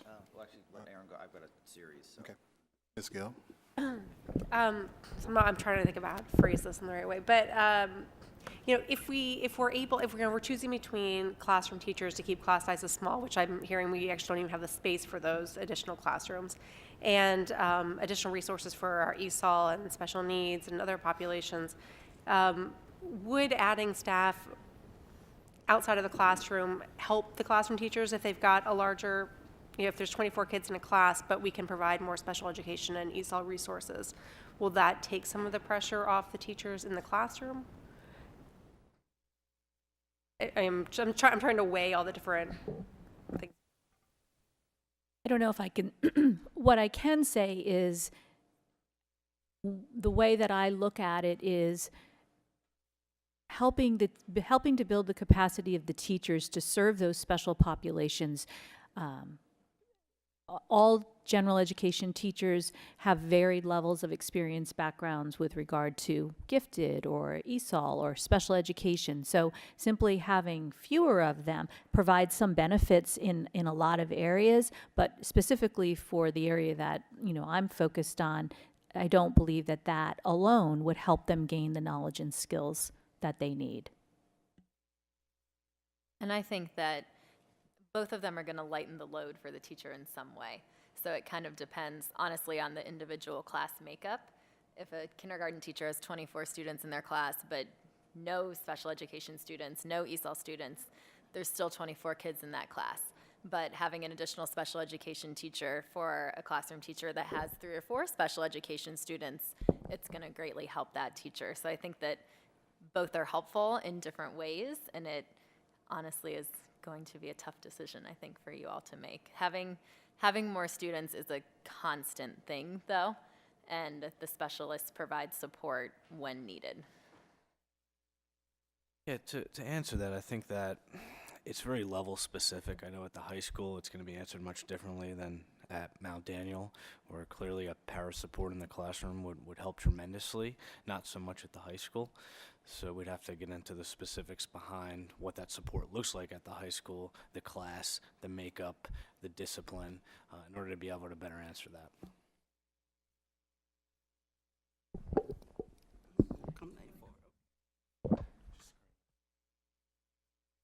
I have a few questions specific to individuals. Dang, specifically about the laptop, desktop support person. Is that position expected to actually also do some instructional work in helping teachers and students learn how to use the technology in an instructional way? This is just the This is desktop just a technician, yeah. troubleshooting? Okay, Yeah, just thank you. troubleshooting. And then a question for Mr. Hills. And I don't know if you mentioned these. I'm actually working from this. This might be outdated, but you had asked for a dean of students, 0.6, and a 0.5 activities coordinator. Is that a position, or can those positions be combined into one full-time position easily and efficiently? I would say that you're talking about two completely different roles. The Dean of Students focuses on the safety procedures at the high school, also discipline. The Activities Coordinator, because of the number of clubs that we offer, and I think I noted close to 50, which is consistently growing on a regular basis, that their focus is primarily on those extracurricular activities. So would it be impossible? No. Would it be difficult? Probably. So you're saying that would not be efficient then, right? Correct, Thank you. yes. Mr. Lawrence? Okay, thank you all for coming. I guess the good news is, every time you talk, we all listen a lot. The bad news is you make us think, and then we come up with a lot of questions. So I've got a series here. Some are system-wide, I guess would be the best way, so I don't know if you're better to answer those. The first one is, how many of the staffing requirements that we saw are mandated? Specifically, special ed, ESOL, because it's good to know what we have to do, and then it's good to know what we want to do to go above and beyond what we have to do. And I know there's always going to be some of that, but I think we need to be very specific in terms of what we don't actually have a choice on.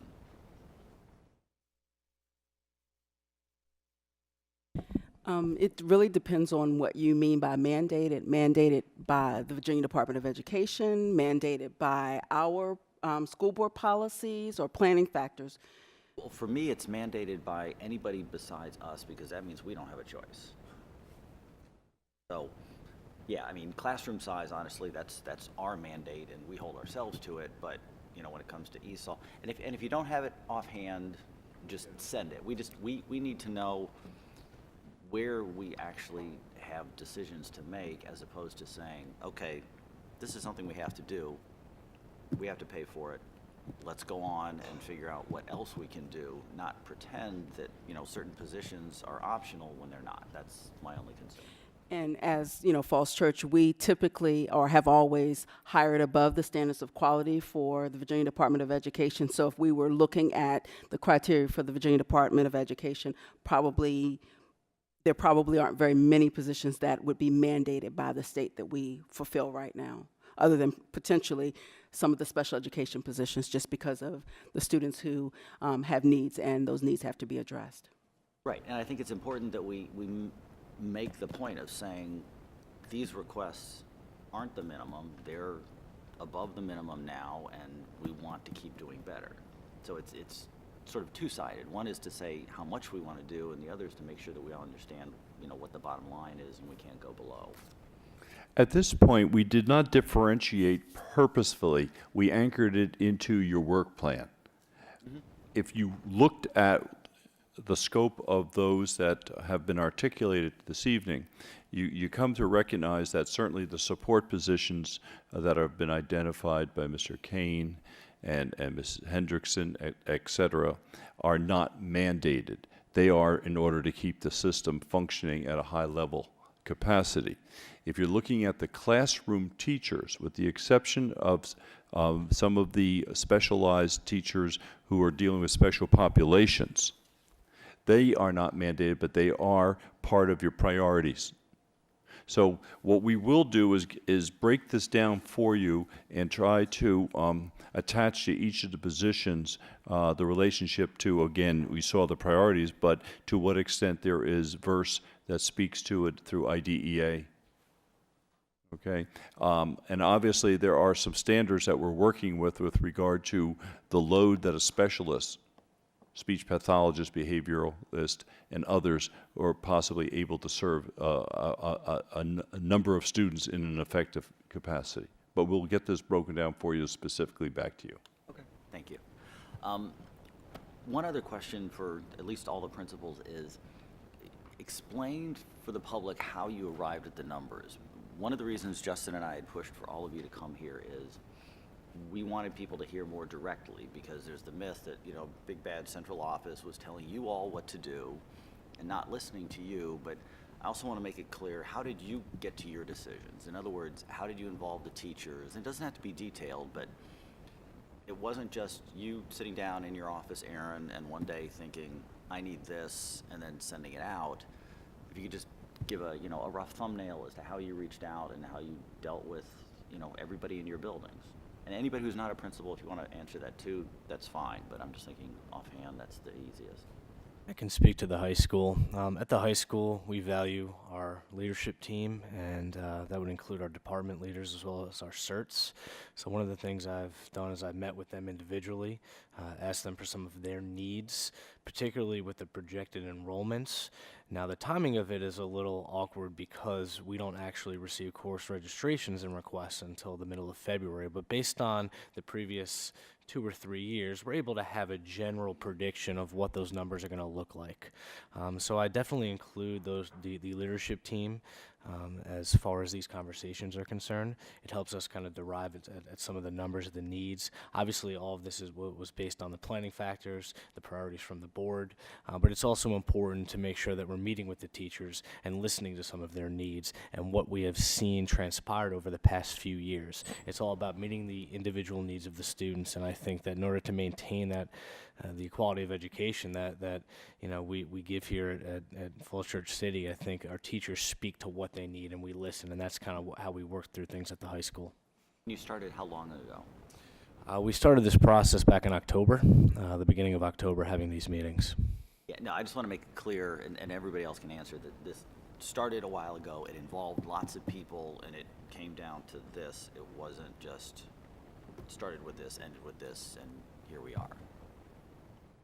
So, I mean, if what he said pretty much goes for everybody else, I don't want to make people repeat. I just want to make sure that everybody understands the teachers had direct input here, and this has been going on for several months.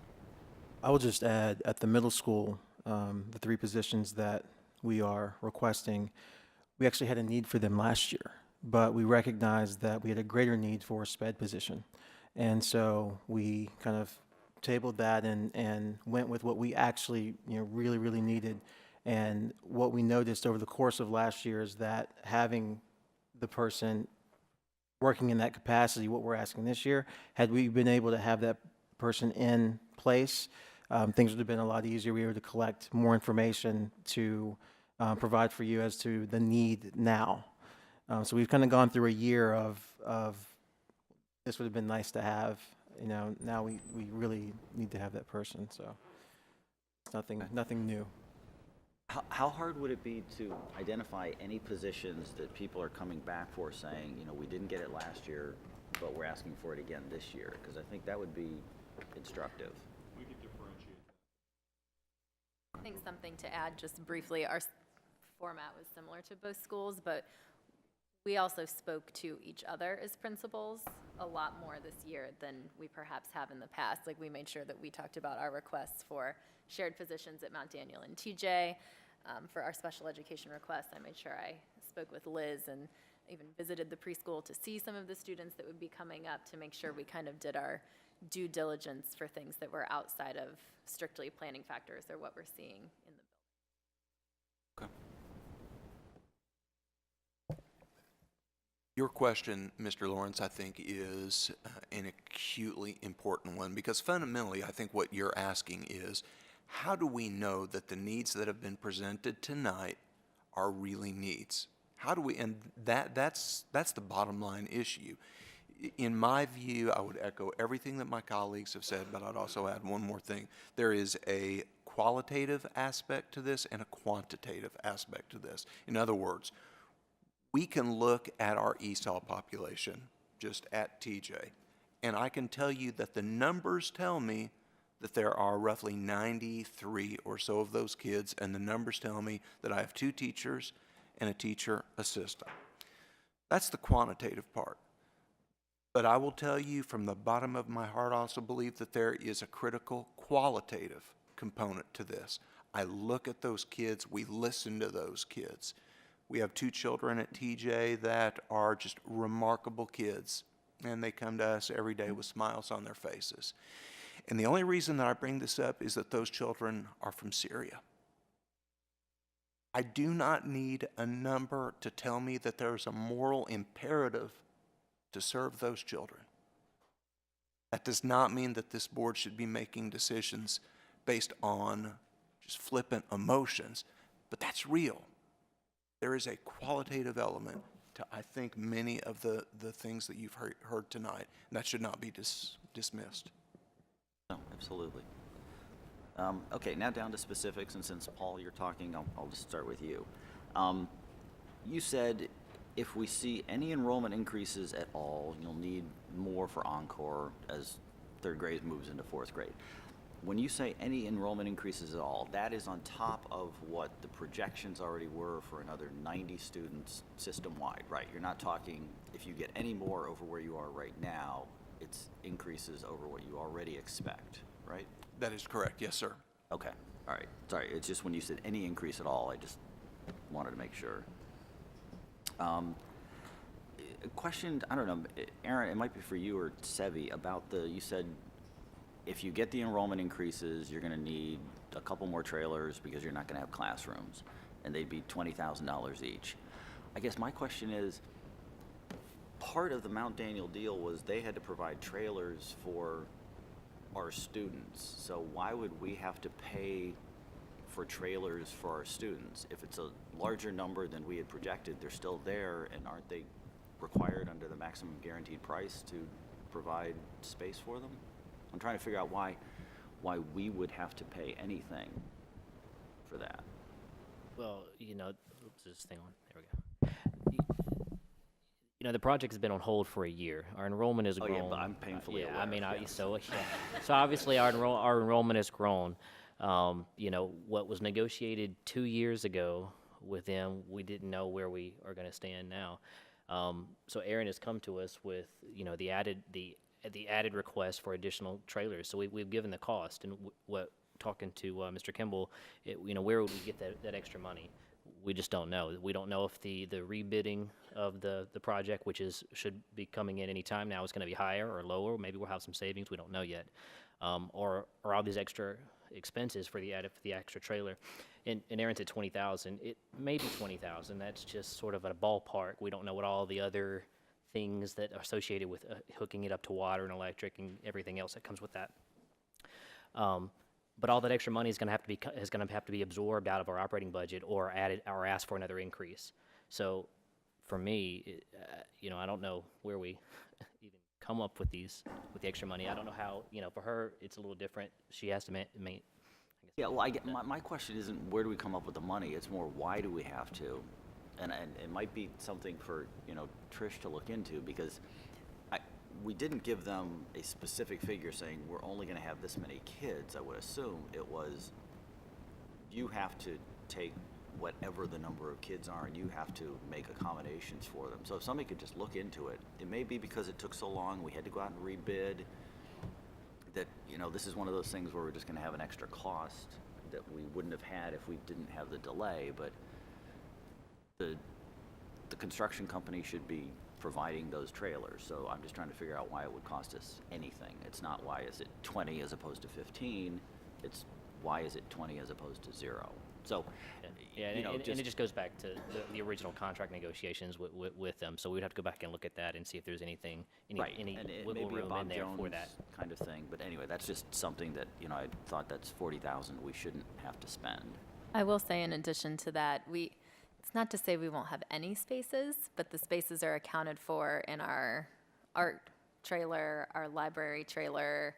We're getting a PE trailer, so there are some spaces for specialists. So the decision that you all would have to make is it a classroom or is it a specialist that needs that space on our enrollment? So it's not that we're 100% out, but for what we currently ordered in the current plan, we would be too short if we added those classrooms. Right, okay. Sevi, when you were talking about how much added classroom square footage there was, Did you mean only classroom and it doesn't include shared space, like, you know, the expanded cafeteria at TJ? I mean, it seems like if you only talk about how much more classroom space we've got, you're actually doing yourself a disservice because you've got a whole lot more space, you know, in stairs and halls and stairwells and cafeteria and, you know, all these kinds of places. So did you mean just classrooms? Well, I said classroom, but I'm actually taking into account the full square footage additions at TJ and and Thackeray as a whole. Not so it is taking up the stairwells and the service areas of the building. So it's roughly 45,000 square feet of additional space, maybe not classroom space exactly. Right, okay, good. No, it should all go in, and as long as we understand what it is, that's fine. Mr. Kane. You're wearing, you know, a tie, so I'll call you Mister since you were so funny. And I asked Tony about this when she first raised it. 41 backpacks over the summer just seems way too low. And, No. and I'm still trying to figure it out because I mean, 41 backpacks over 3 months sort of nets out to almost zero in my mind, and I'm trying to figure out what's going on. Well, some of those students are actually in summer school. So the ones who don't elect to go to summer school, they get the backpacks. The ones who are in summer school, they don't get the whole meal because if you're not in summer school, you would get lunch and you would get breakfast. But if you're in the summer school, you're already getting lunch. So it'd be sort of like double dipping. Well, but isn't this weekends? Oh, they get it on the weekends. That's just the weekend. So the numbers seem a little shrewd. So if you're a family, for instance, and we don't have a ton of families, by the way. Everybody doesn't elect to get it during the summer as opposed to getting it during the school year. Only some want them during the summer and some don't. So it depends on whether the families want it or not. Okay. I mean, every time I hear it, I understand it, and it just still seems too low. And it's not your fault. I understand people have to elect. It just always makes me I agree. wonder.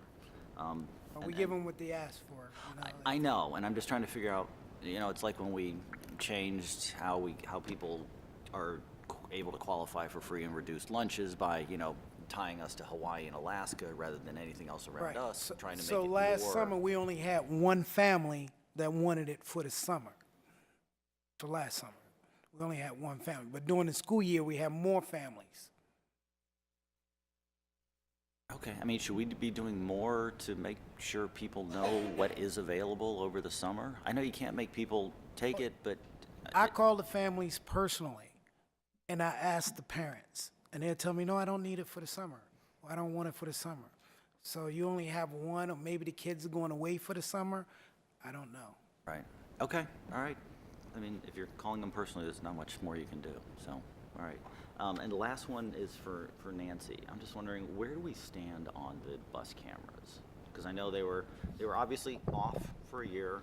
They came back on, and then they kind of went off again with the red light cameras for the city. Are they functioning? Are they issuing tickets? They're currently still suspended. They had some litigation issues, and they are working on those right now, and they're hoping to have the program back up here very soon. So What is the issue now? It's not the assembly, it's...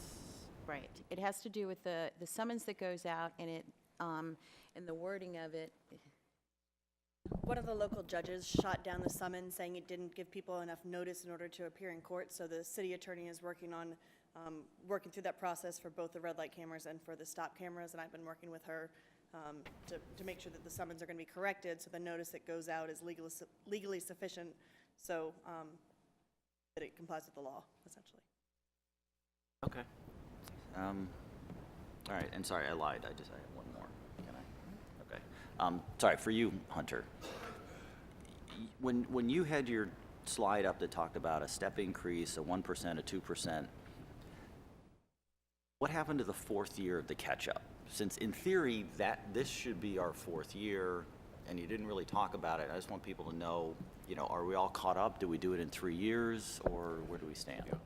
Thank you very much for asking that question.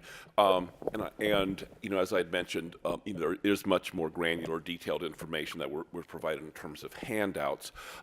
In terms of our competitiveness with Arlington County this year, there are a number of steps and places on lanes where we fall beyond the 5% threshold in terms of differentiation, that we could be 5.5% or 6% below what's being offered there. Essentially, one potential solution I had worked up to bring the steps within the 5% of Arlington.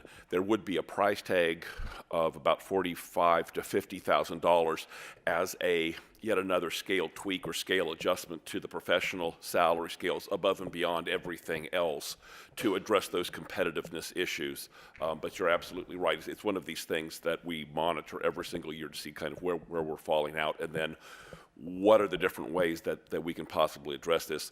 And one potential fix among many would cost about $50,000. Okay, great, thank you. And thank you all for putting up with us. Mr. Reiniger.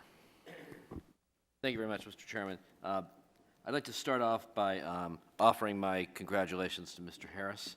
He must be exhausted today after having to stay up late last night to watch Clemson win, but congratulations. I will tell you, as a product of the Southeastern Conference, I started off rooting for Alabama, but it always makes me happy to see Lou Saban lose, and Clemson played really, really well. Now, back to the subject. So, Mr. Hills, you talked a little about the dual enrollment program and the 33 hours of college credit. Could you unpack that a little bit? I was trying to read the slides, and the red on black I couldn't make out, so I missed some of what you said. Absolutely. About 2 years ago, we started with the program initiative. We wanted to partner with Northern Virginia Community College and offer several dual enrollment classes. This was all in an effort to meet this general education certificate. And there are a myriad of ways to actually earn this particular certificate. We've instituted several classes. We're piloting 2 classes this year, 111, 112 English composition class, a Physics 101, 102 class. We also offer a history elective, as well as a student development course, which is basically, freshman orientation 101. And so we offer several of these classes throughout the year, also in the summer. Our goal is to be able to offer all of these classes on site. What that means is that we are providing instruction through our teachers. This is something that is a huge cost savings. We are not paying the $760 per student if they're going to take it through Nova. And students, for the most part, reciprocity exists between many of the Virginia public universities, and students are therefore able to earn this credit. And also, they are getting the rigor in these classes that is something that many of our students yearn for. So it's something we've really put a mark on over the last few years, and we feel it's important to offer as many opportunities for our students as possible. This particular .2 theater class would actually allow our current .8 theater teacher who was certified through Nova. You have to have 18 graduate hours in the particular discipline to become a 1.0, therefore allowing him to teach a section of the theater course that would give the students the necessary elective credits for the general education certificate. Thank you. I mean, just to sort of lay the groundwork, I agree with you very much, Mr. Swanson, that we have to take into account the students and the real costs. But I got to tell you, I think there's a moral imperative for pretty much everything y'all asked for. But it was something like almost $3 million, $2.5 million of FTE, and we don't have that much money. So we're going to have to do some picking and choosing to say, what's the most moral of all the moral imperatives we've got to do. So one of the things that's I'm interested in is, are there expenditures that have more leveraged effect. In other words, they have a bigger effect than just, buying another teacher. They make teachers more efficient.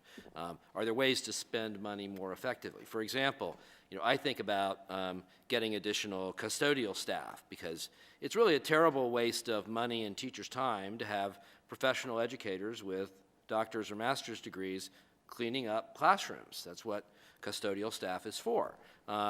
And just having the right roles and people, and I don't know so much about the IT support specialist, but it seems to me that if you have a lower cost person doing activities that they can do, you free up your network engineers or higher capability people to do more. So I would be interested in having, or as we going forward, kind of seeing where those synergies are among the different requests that you're making. And it would be really interesting to me to have principals do some, I'm not going to ask you to make the trade-off between, lower class sizes or more pay. But what I would like you to do is say for the requests within your building, knowing that they're all important, do you have sort of a, from your perspective, priority list? The reason being that it might be that, Ms. Germer says, well, my top priority is a custodian at Jessie Thackeray, because we don't have one now. And it's kind of ridiculous to, have a preschool classroom, kids who are not always the neatest in the world, not having a custodian. So some degree of, a little bit more of sort of prioritizing what your asks are would be helpful, because then we could do a better job of doing what y'all want. It would be, and maybe there aren't things to do here, but perhaps you could also help with this, Dr. Schiller. It's always useful to think about whether there are different ways of doing things. And I'll point to the bus software, right? So I'm not independently capable of saying whether it works or not. When I attended the last Support Employees Advisory Committee meeting, the staff were saying how important that bus rerouting software was, because it really let them do a lot of things, like know where buses were, where they never could before. And so I think thinking through things like, are there additional HR functions? Yes, we could add another HR person, and maybe we need to do that. But could we use cloud services or some other mechanism to kind of outsource some of those things? Now, the things you can't outsource, right? You can't outsource teachers. I mean, you can have dual enrollment in electronic education, but you can't really say, well, we're going to use a cloud service to teach our kids. So that's kind of out. But on the other functions, I'd like to see if there are ways where we could try to do things better. And the last question, that was a question, but not an immediate question. The last question I had is, several of you spoke about the classroom shortage. You, Mr. Swanson, and Aaron spoke about that.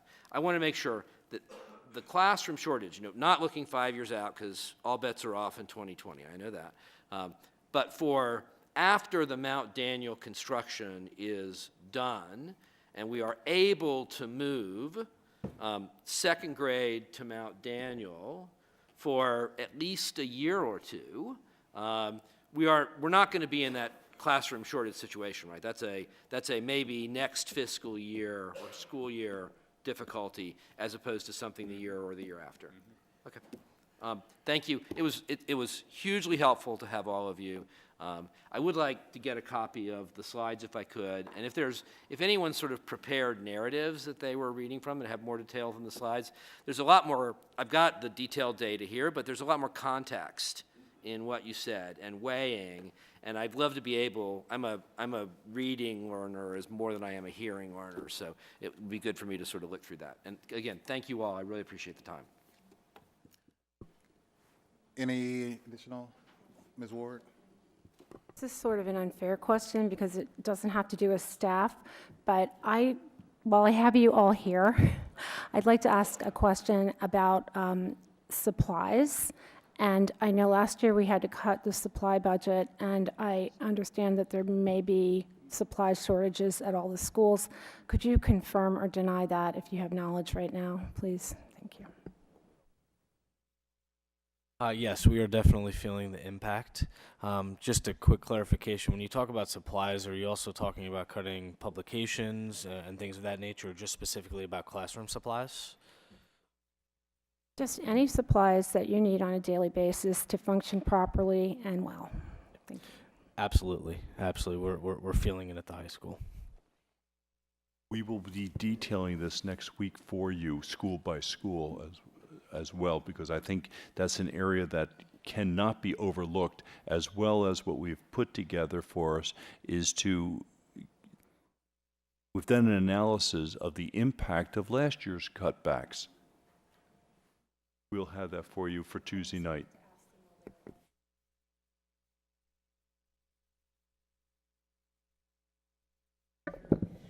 I will say that we're very lucky that the PTA has been very generous this year, and the Ed Foundation. It takes more time for people to write grants, but we have found other ways to fund some of those needs. We're still feeling it, but there have been some very generous people in our community that have helped.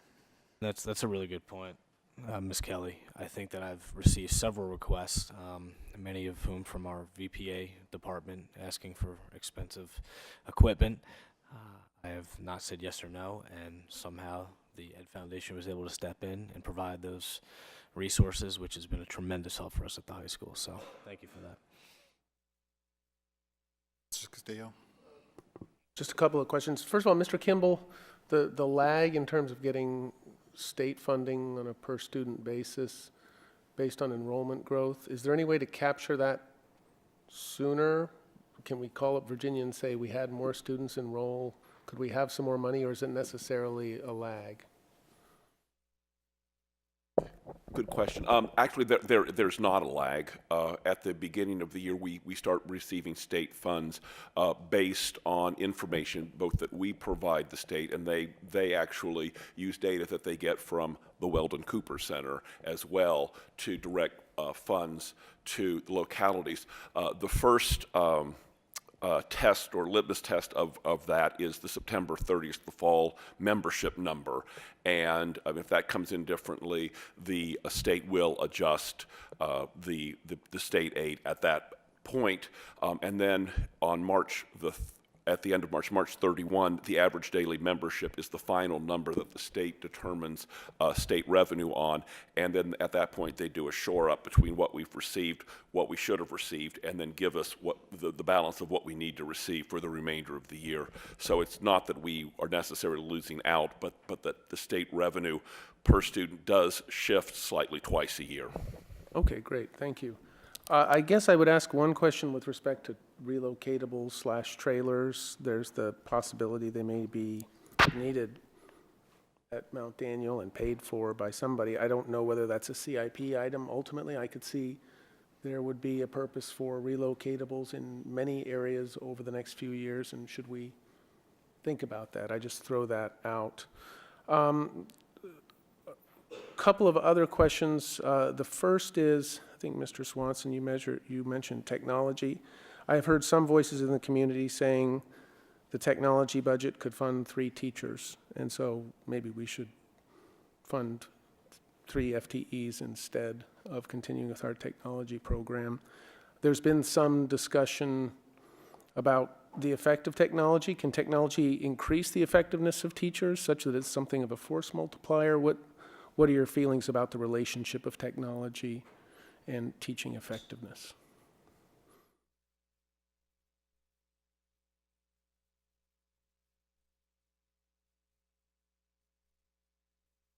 I can only speak for the middle school, but our staff has invested, a lot of time in building their capacity to not only use technology and the devices that we have, but also think of other ways to make learning come alive and bring real-world experiences. And you often see our teachers posting Twitter pictures and things like that of cool things that they're doing in the classroom. But what you don't see is the planning and the ability to plan as a result of the devices that they have, whether that be a computer or their Elmo device. These types of tools are being utilized by our staff on a daily basis, appropriately as needed. And they're really changing the way that our teachers teach, and as a byproduct, the way that our kids learn. And so, you know, our kids are going off to GM, you know, prepared and armed with the ability to not only utilize advanced technology, but also they have an appreciation for what they have, and I think the kids recognize, and this is an important thing. The kids recognize that they're lucky to have what they have, and we joke as you know, staff members. We joke sometimes they get so familiar with it, you know, that device becomes like a pencil because they're so used to it.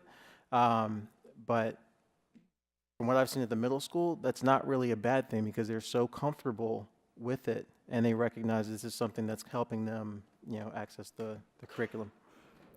Mr. Harris, you bring up an excellent point about the vertical alignment component. What I've seen over the past few years is going from the middle school to the high school, students are prepared. And the idea that, yes, it's absolutely transforming how teachers are able to teach and how students are able to learn. I think, you know, Mr. Stern did an excellent job during the public comments kind of outlining all of the opportunities that technology provides to our students. And so I think it is essential that we continue the path that we're on with our Macs. At our level, it's a little different. Technology at the elementary level is great. It's engaging for students. It opens their eyes to new things, but it's never going to replace a teacher in the classroom. However, our monetary ask is not great. Our number, if we would happen to get all new iPads to replace the ones we have, which they can make do for another year or so if they have to, is less than $30,000. So we also understand that, you know, if we're saying we would prefer a teacher over technology, then we would be asking others to give up technology that we understand they really need. So we don't, while our answer is different, we don't want to answer for other schools and other teachers that it does have a greater impact than at our early elementary level. Thank you for your question, Mr. Castillo. I think we've heard tonight, and at least at one other meeting, students in this school district answer that question exquisitely well, better probably than we can. There was a fourth grade classroom several months ago at TJ, and the kids were studying history, Pueblo history, I think, and they were making villages, and that's probably not a terribly innovative idea, but what was noteworthy about it was that they were using a software package called Makey Makey. Try to say that and maintain your dignity at the same time. It's impossible. I think it was called a Makey Makey, and fundamentally this was a software package very similar to what you would see if we got in a bus and went down to the National Mall and walked in any number of those museums where this is an interactive thing. And I was in this classroom and we're watching these kids, and they are so engaged and they're so mesmerized, and the teacher was there, and the teacher said, "Let me show you how I used to teach this unit." And she took out a small binder of paper and pencil worksheets. Now, the look on those kids' faces was not just one of energy and fun. It was pride. And I'll bet you all the change in my pocket that we would not have seen that look on their faces if they'd have filled out another worksheet. So it's critical, the question that you ask. Less relevant for preschool, but for special education, it's just important to keep in mind that with the technologies, it provides a critical assistive technology function for our students with disabilities, particularly the Mac and the built-in accessibility features. When we're talking about notebooks and binders, our students who have difficulty or writing disabilities are able to produce work in other ways. And so it's really helped to kind of level the playing field in many ways for some of our students with disabilities. I'd like to expand on that a little bit. Have you seen, like, are there ways that these laptops can help, like, read to students? if they have difficulty with dyslexia or difficulty reading? And how do you feel about these, the MacBooks keeping students maybe with executive functioning issues maybe more organized?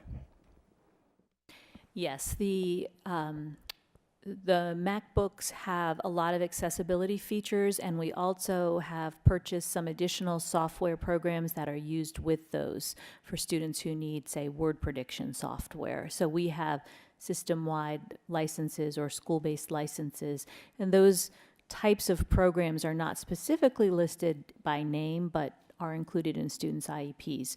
Students with dyslexia need access to audio functions. That's the #1 accommodation. And just for your information, dyslexia is a disability that's receiving quite a bit of attention and quite a bit of focus. We're actually considering purchasing some dyslexia assessments to help us identify students a little earlier beyond what we already have. So having screen readers, having speech to text is a huge function for our students with executive functioning difficulties who have writing difficulties, as well as some of the other embedded features for those students to kind of help them organize and then create lists, be able to listen to lists, be able to highlight, keep on track. We use a program called Snap and Read, which allows us to read PDFs and apply screen readers to PDF documents, whereas just a screen reader functionality on a Mac doesn't allow PDFs to be read aloud. What if I may add to that, at the high school level, just to kind of put it into perspective, without the Mac accessibility resources that are available, what it would do, it would increase the workload for many of our special education teachers. Already we know that they're overtaxed. We understand that they're required to differentiate in the class, modify assignments, work as a true co-teacher in the classroom.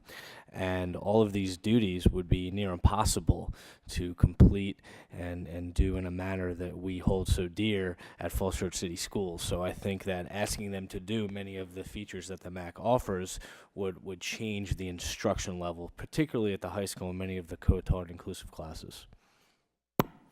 If I just have one more question, and Mr. Harris, your remark about how fortunate we are reminds me, I recently came across a tweet because I have found Twitter to be actually phenomenally great way to find out what other smart people are doing in education.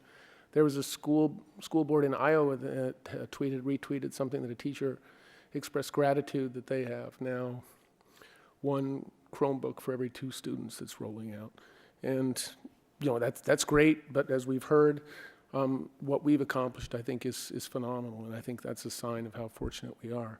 One of the themes that I heard several times tonight was PYP and MYP and IB and the need for additional support there. I have heard some in the community question the value of IB, saying it's not cost-effective or not cost-justified. And I know there was what I thought a very resounding endorsement of the importance of IB last year, but given that this has reared its head again, and I know we're in a little bit of an artificial environment if we're talking about people and program, but they're obviously very intertwined. Going ahead, how do you view IB as fitting into the mission and values of Falls Church City Public Schools? I can start at the high school level. I think of IB, and I kind of replace that term with meeting the philosophical beliefs of Falls Church City Schools and George Mason, and that's great teaching, that's strong instruction. All of those fall under the guidelines of the IB program. I think the best example is when, and over the past couple weeks, we've had several students come back to us who are freshmen, sophomore, juniors in college, and they meet with me and they talk about how the IB program, whether they were a diploma candidate or just kind of dabbling, taking a few classes here and there, how it prepared them for college.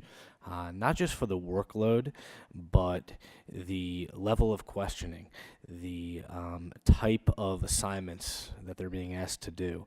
One of the things the IB program focuses on is the level of the learner, making sure that we're building international-minded learners. And I think that's something that we pride ourselves on at George Mason. And I think to say that it's not being done across all classes would be unjust to our students. And I think that to continue with the program, it's extremely fruitful, and I believe that it kind of shows our students' success moving forward, and that's a great thing to see. I also think that every school in the country is probably caught in between the tension of the age of accountability and the age of innovation. In other words, as schools, we know, look, let's be real, the reality is we have to take tests. We take SOLs. In Indiana, we took the ISTEP.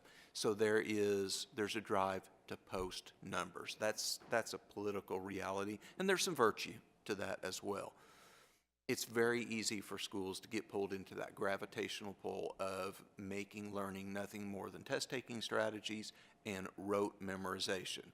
And this is not just the world according to Paul Swanson. There's peer-reviewed research about this. One of the many virtues of IB is that I think it pushes you in a healthy direction away from that, where you are engaging kids in creative and thoughtful ways, where they are creating knowledge instead of simply regurgitating it. And it's hard to put a price tag on that. Yeah, I agree with Matt that I would almost argue that it has the most impact on what we do because it's our philosophy, and we're trying to teach all of the students in our system to be internationally minded children, and that's something that I think that this community values greatly. And if you take that program away, that's something that would be hard for teachers to do. The types of units that they do and the method of teaching is kind of what we always have read about in educational philosophy books of best practice, but has been hard to do. And it provides them with that framework of how they make it happen. It's not just an abstract idea that, oh, in a perfect school I could do this. It's something that they're actually doing in our schools with, you know, a lot of kids in their classrooms, and with all of these requests we're saying we need more, but they're still making it happen. And I think the other piece that I spoke about last year is the professional development side of things. That we have access to so many opportunities that if you are not an IB school, we would not have. And you know, when you attend an IB workshop or bring in an IB consultant, that you're getting top-notch professional development that 100% aligns with your programs, and that's not guaranteed other places. If we bring in an independent consultant, they may or may not really align with our practice, but you know that you're getting exactly what you need for the teachers. So yes, it's expensive, but the trade-off is worth it for the access to that and the types of children that we are creating through the program. I think the most important factor for us, at the middle school, there's so many social-emotional things going on. And so to know that we have a true continuum from, second grade all the way through high school, where these children are getting the same message of being, global citizens, and being kind and compassionate and understanding and knowledgeable, and all the learner profile traits that each of our schools, focuses on in some way. It's not only critical to the success of the students, but I really think it sends a message to everyone that this is who we are as a community. This is what we value. And the fact that we are the only school division that has a true continuum, PYP, MYP, DP, that says a lot. And I know some people have no idea what that actually means. It's very difficult, first off, to get that kind of buy-in in any kind of school division. Forget the size. And this is coming from someone that worked, at the federal level, helping school divisions try to do what we have done. It's rare to achieve what we have achieved, and we should be very proud of that. And embrace it. And ultimately what you're going to see come out of this is, cohorts of children that are just thinking about their place in this world a little differently than someone else, because they're more cognizant of who they are and what they're supposed to do.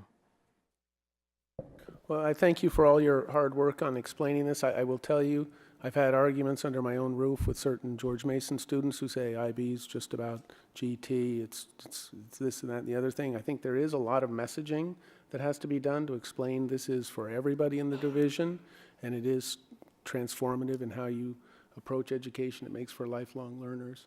It's oriented about inquiry-based learning and project-based learning.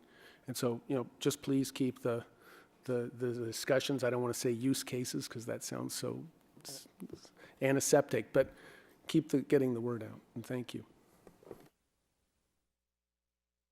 Are there any other additional questions?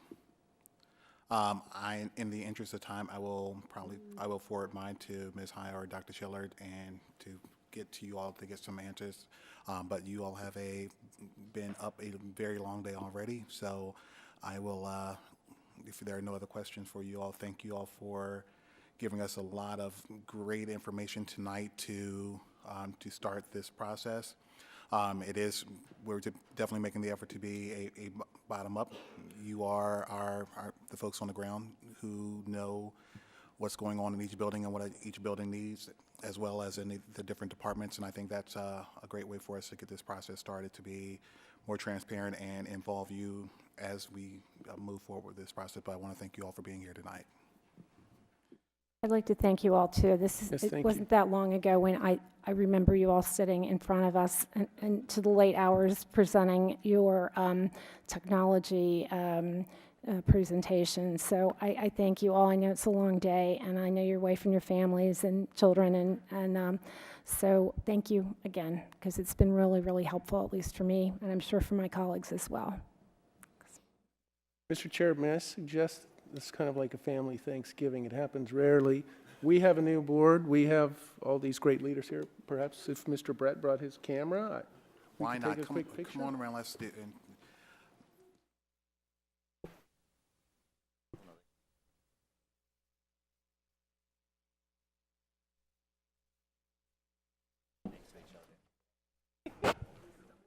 I shaved, dude.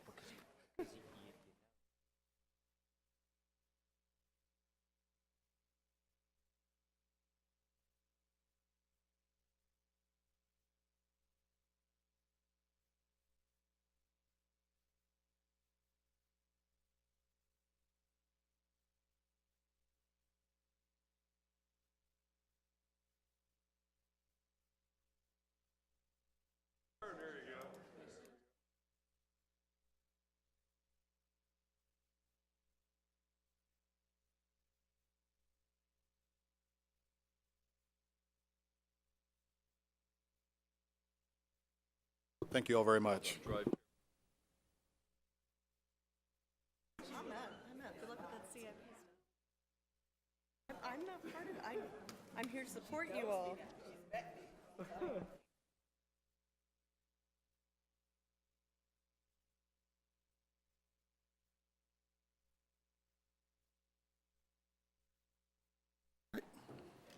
All right. Again, thank you all very much. We'll move on to item 8.04, approval of the FY18 CIP. I'll turn it over to Dr. Schiller. Thank you, Mr. Chair. What we have provided for you is a recommended CIP that addresses the base needs that we know of.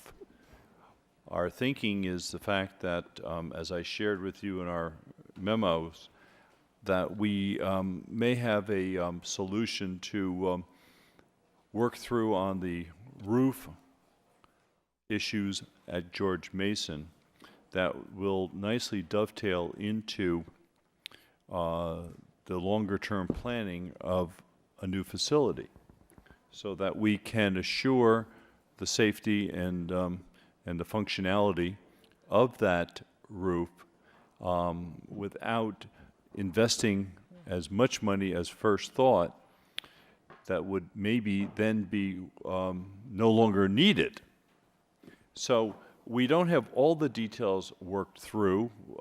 We are in contact and working closely with firms, but we feel reasonably comfortable that we could pay for it through use of operating funds as opposed to capitalizing this effort. Second of all, we know on these projects what we are anticipating with Mount Daniel and system-wide property acquisition. I believe you all have received a copy of, or at least understanding the update of the property appraisal that we would like to move forward with in order to provide opportunities for the future for the school system. And of course, the existing electrical upgrades and sidewalk improvements and parking lot paving at TJ. So what may appear to be reasonably modest capital improvement program, I think has to be balanced against the presentation that we heard tonight, what we were able to give to you. We have needs on two ends. What we need to operate and continue the very fine program of services, as well as the need to assure the infrastructure. So we're trying to balance all of this, and it's in our best judgment, and I will ask Hunter and Sevi if they would like to offer anything that I have not covered with this.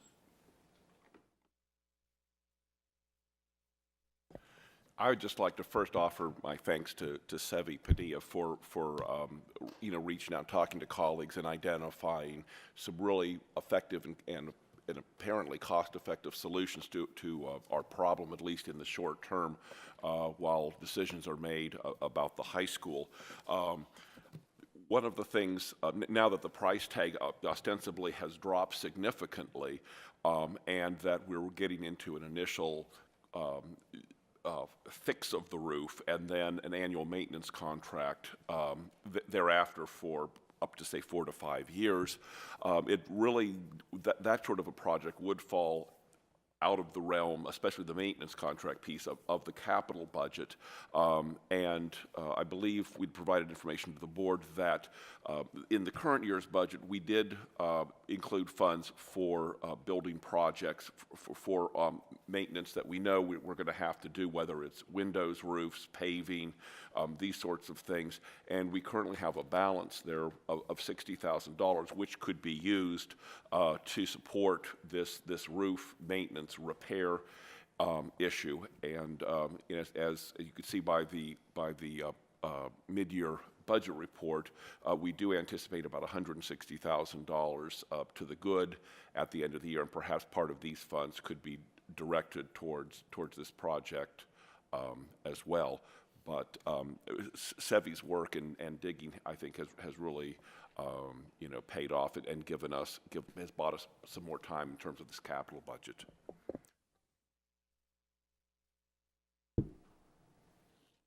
Any questions? Mr. Lawrence. Okay, just to simplify it, the fact that the GM roof is not in our CIP anymore doesn't mean we're not doing anything to the GM roof, because we've had a lot of people who are asking about it, and we just want to make sure that everybody understands it is still in the front of our minds. We have several options, including one that I think is a very good option, but it just doesn't fall as a CIP item. So the fact that it's not in there doesn't mean we're not doing anything to the roof. I just want to make sure everybody in the public understands that. Mr. Reidinger. Thank you, Mr. Chairman. I understand, I think, about the roof and the situation. It does seem like a very good plan. Thank you, Sevi. What is the plan for HVAC, though, which also dropped out and we have not discussed? Worked with Sevi on this as well, thank you. I had the same question. Right now at GM, the majority, I'm looking to Sevi to make sure that I am telling you the truth. I mean, the majority are individual rooftop units. Is that correct? And anticipating that some of these will fail over time in the next few years, we do have some funds for modernization, maintenance, and renewal that were put in specifically to address items such as this. We've used them to, to fix elevators and to do larger sorts of projects. And we would anticipate tapping into those funds in the short term and basically address the HVAC unit on an individual unit by unit basis. Even, I had spoken with Sevi about, okay, what if they're up there doing roof work? And I happen to know, if you get a roofer who's a little too, I don't know, more focused on the roof than they are on the HVAC unit, that maybe they could disconnect or break an HVAC unit, things like that. Sevi had an answer for that in terms of our staff and how that we would handle that. But at this point, the HVAC would be handled separately through the modernization. And what about the boilers, including that 1942 New York World War II boiler? That's a good question. So I ask with a point. I understand that there's reluctance to put that in because it's a crapshoot when it's actually going to break, although it's well past its useful life. And if we replace it, we're looking at probably the two boilers. I don't know if it's just those and not HVAC, if it's $3 million or $4 million instead of $6 million, but it's a lot of money. I will say that if it's not going to be built into the CIP plan, I think it's really important to have a contingency plan, for what we're going to do if a boiler breaks or if both boilers break. So, is that bringing in a trailer? How much is that going to cost? Do we want to have any preliminary contracts? Do we know where the trailer is going to park? Because, if that happens, it's going to be, if it's in the middle of the winter, it's going to be a flood or a broken roof level emergency. School's not going to be able to take place. So we're going to need to move quickly. So I think a sort of a cut and paste contingency plan of vendors available, how we'd hook up portable units, where we'd put the trucks, and those sorts of things, and how what it would cost to replace the boiler and what the schedule for that would be. Because the answer might be that we leave, like trailers, we leave, a couple of semis parked in the parking lot running heat until the building is replaced. And I think, we up at the dais, we can't figure that out. You guys have plenty of other things to do, but it feels to me like that's a high priority to be prepared just in case something really unfortunate happens. Thank you. Thank you. Mr. Ankuma. I just want to add to Mr. Ridinger's point, and I remember asking the same question last time Mr. Padilla was here, saying all this is very technical, as Mr. Ridinger has said, but in the event, God forbid, something happened in the middle of the winter, or anytime soon, unexpectedly, what is the contingency plan that Mr. Ridinger is describing for where do we put the kids? Because school must continue. But I would love to see a number, some number in there. I'm sort of worried about it being blank, because I think going forward, there's no way we hope and pray that nothing happens. I'd rather the number was there, some amount was plugged in there to make sure that in the event Mr. Ridinger's scenario manifests, and I hope it doesn't, but for me, when you have equipment that's 20 years past or 10 years past its useful economic life, it can go at any time. I mean, these things go at the worst time. Refrigerator will crash 2 weeks after the warranty expires or something like that. So we've locked out pretty much, but that's what I would like to see, because we had these kids freezing. We've had buckets in the hallways. I mean, one of these days, one of them is going to just open up, and then we need to have something. And we can't be scratching around going, we don't have the money, we didn't plan for it. We will look like idiots. So I'd like to see a number in there. Mr. Padilla, go ahead. Yeah. So with I wasn't asking for an answer, but No, you're free to give us one. I'll give you a quick answer. But with regards to the roof, won't go into detail about the specifics just yet. But we feel pretty confident with this new solution and the reduced cost, and then Mr. Kimball talking about being able to be able to absorb those costs. We've been having discussions with our insurance company, VML, their Virginia Municipal League, about options that Mr. Reitinger is mentioning. What happens when the boilers go out tomorrow. They're working numbers together and they're getting the documents. I think they just forwarded maybe over yesterday or this morning some of the documents related to the policy and what's covered, what's not, and it's all kind of different. But we're getting all that together. They thankfully with VML, they're very good at helping us recover if we go through that. We've had these discussions with them many times for many things. So we feel pretty confident with their response if we need them. And we are working what is our contingency plan if something were to fail. Okay, thanks. Quick question for Mr. Kimball. So there, and Ms. Padilla, so within those conversations that you're having with the VML, there is some level of comfort that our policy would, in the case of these type of possibles, that could potentially cover us if there was not something put into the CIP? Yeah, I mean, if the boiler goes out tomorrow, there would be coverages. I mean, it just depends on what exactly fails. Does it fail because of lack of maintenance? Does it fail because the boiler exploded or the computer systems on it went out? It all just depends on exactly what happened. But they do still, even if it's not a total failure of the system, they do have operations to help us recover. And then we do have 24-hour service with our vendors on some of these things too. So it kind of depends on what exactly is going on. The building, there's not one thing, except, well, with the heat it is, but with the air conditioning, for instance, it's not all through the building. I mean, every classroom has a different unit, so you're not going to be a complete outage with the air conditioning. The heating would be our bad part, but there's 2 boilers. Hopefully both of them don't go down at the same time, and one boiler can function, can service most of that part of the building where it's servicing, as long as it's not a 7-degree day, and that's kind of what we had last year. We had the super cold days when it failed, and the other one just couldn't. I mean, it was still heating, it just wasn't heating completely.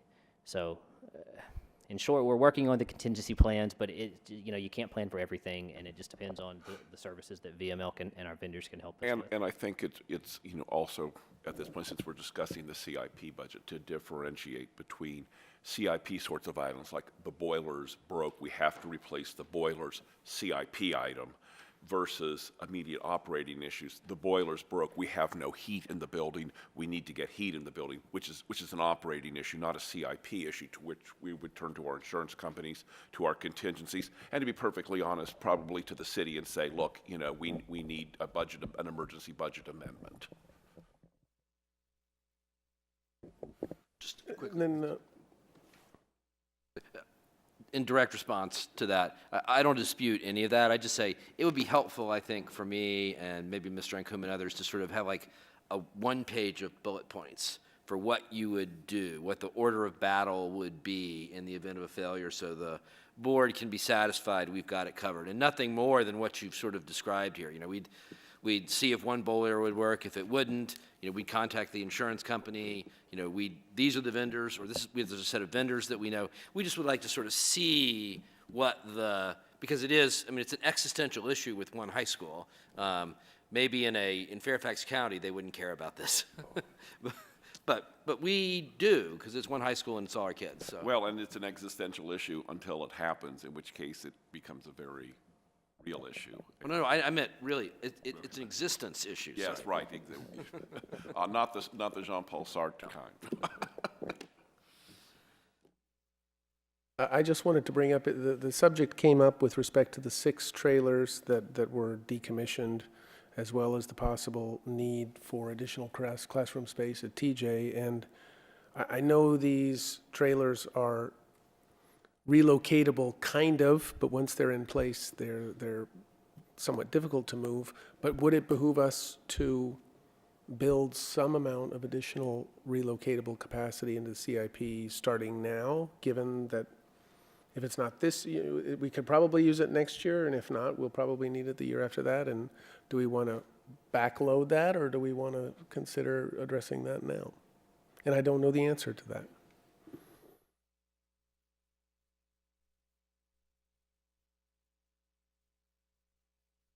I don't know what to say about That's the board. I mean, if the board asks us to do that, we're more than happy to do that.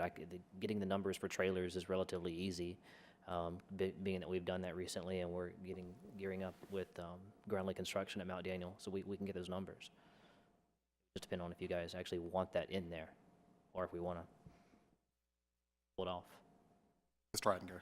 So I don't disagree at all with Mr. Castillo. I think it's something we ought to look at. It's just, my understanding was we need to approve the CIP tonight. Is that correct? Yes, sir.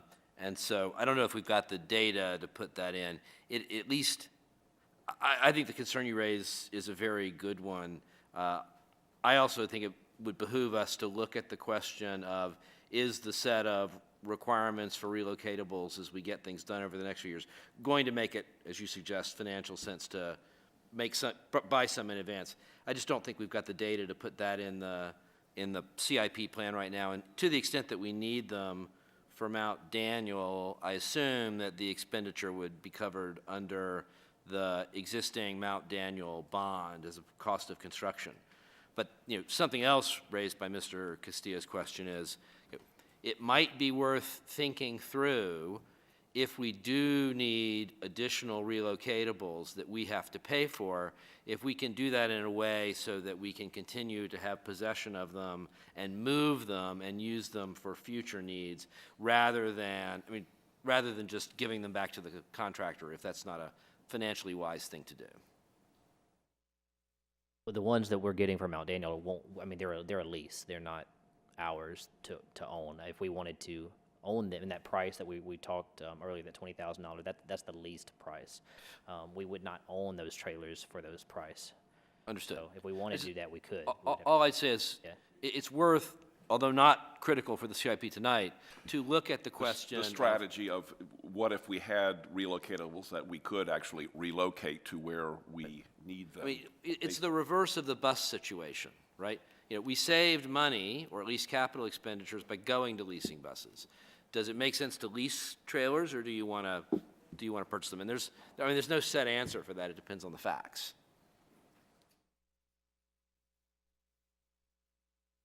Could I just, as a point of order, do we we approve the CIP tonight, is that locked down? Can we amend that request? And again, I don't have a dog in this fight, but it just occurs to me that the potential need is on the horizon. We've solved some problems with respect to roofs. Do we want to be a little proactive on the relocatable capacity? Or maybe we're just a little behind the curve on decision-making, in which case it'll have to wait. Mr. Lawrence? I would just say, in the past, we have amended our CIPs before. So it can be done. It's more a question of, I think it would be better to amend it with good figures and solid reasons and solid data, rather than saying, the last one's cost us about $100,000 each. Let's put in $250 at this school and pick randomly, because I think that would not go over well. Again, and I would agree with Mr. Lawrence, if there is that history that we have amended before, that we would go that route to get good data first of cost if we were going to look to add additional and/or purchase these relocatables. So I would recommend that piece of it happen first with Mr. Kimball and Mr. Padilla working with some folks to get some numbers for us to potentially, if we all agree, and add that into an amended CIP item. Yeah. Well, and when it's transmitted, we can also, make it clear that we had this discussion and it might be coming, so that it also doesn't surprise Wyatt and Cindy if it does come up, and they'll be happily surprised if it doesn't. Yeah, I might suggest, I don't know off the top of my head at TJ with respect to the floodplain, what kind of maneuvering room we would have there for a trailer. I think at George Mason, we know where we could put relocatables because we have them there storing stuff now. So maybe those would be the places to get some more of the data that Mr. Reidinger suggests. With respect to the floodplain at TJ, we are pretty much maxed out in space without putting it on the old parking lot. Everything else is in a floodplain, the field, everything. Where the current trailers are, it comes right up to the very edge of that, and right up to the edge of the new addition. So we don't have a lot of wiggle room on that campus currently. If there are no additional questions, I will entertain a motion for approval of the FY18 CIP with the possible addition down the road. Mr. Chair, I move that the school board approve the FY18 CIP as presented with the option to amend it as needed. Thank you, Ms. Gill. Is there a second? Second. Mr. Reitinger. Mr. Kimball? Certainly. Mr. Ankuma? Aye. Mr. Castillo? Ms. Gill? Aye. Mr. Lawrence? Yes. Mr. Reitinger? Yes. Ms. Ward? And Mr. Webb? Yes. Great, thank you very much. Item 8.05, discussion and approval of the 2017-2018 school calendar, and will it be Ms. High? I'll turn it to Ms. High. Would you review the process of where we are with the calendar and what you came up with? Essentially, we went out and back, as you had requested, with the faculties so that they could discuss and consider and even vote on, and the deadline was for last Friday to get back to us. Did I kill enough time there, Lisa?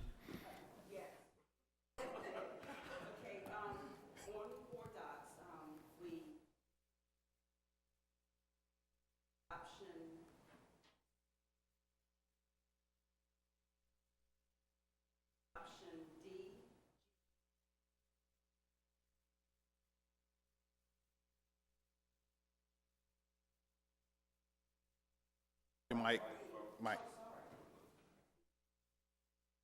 Do I need to start over?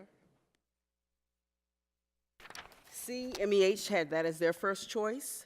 D, GM, TJ, and Mount Daniel had that as their first choice, but Mount Daniel also had a tied choice of E. Daycare Transportation had E as their first choice, and F was JTP's first choice. So if you look at based on number of schools that chose one particular option as their first choice, it would have been option D. But again, this is the decision of the school board, but that's the data that we received. And I have to say that when staffs voted, their number one and their number two choice were close together. Thank you, Ms. High. Are there any questions for Ms. High? Yes, Mr. Reitinger. Just this assumes we go back to 180 days? Yes. Sorry. So we go back to 180 days for actual teaching days. And the other question is, the big difference between option D and option E is whether you have a day extra, whether there's an extra day off before or after the winter break, right? That's correct, whether it's the Thursday off in one of them returning on January 2nd or being off on the Thursday and returning on January 3rd. So that's the only difference, is in one day. I'll save anything else for later. Thank you. And one point of clarification, on option C, we do understand that the school board requested that we look at ending on June 15th. We did put this option out to staff just because that was something that was brought up in our leadership team meeting, that teachers may, because we know that teachers have requested to have the longer winter break, and that was the only way that we could maintain that. So that's the reason option C was there. But we understand that the board had wanted an end date of June 15th, but wanted to put that option for teachers to understand. Mr. Castillo, and then Mr. Ankuma. Ms. Hyde, just a quick clarification. You said that 1 and 2 were pretty close in terms of numbers. Number 1 was?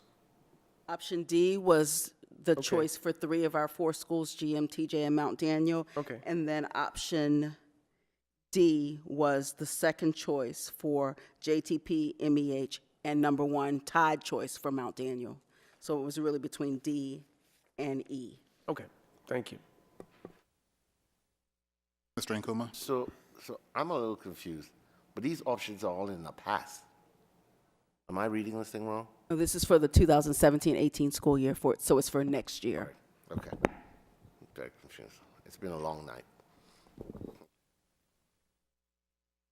Any other questions?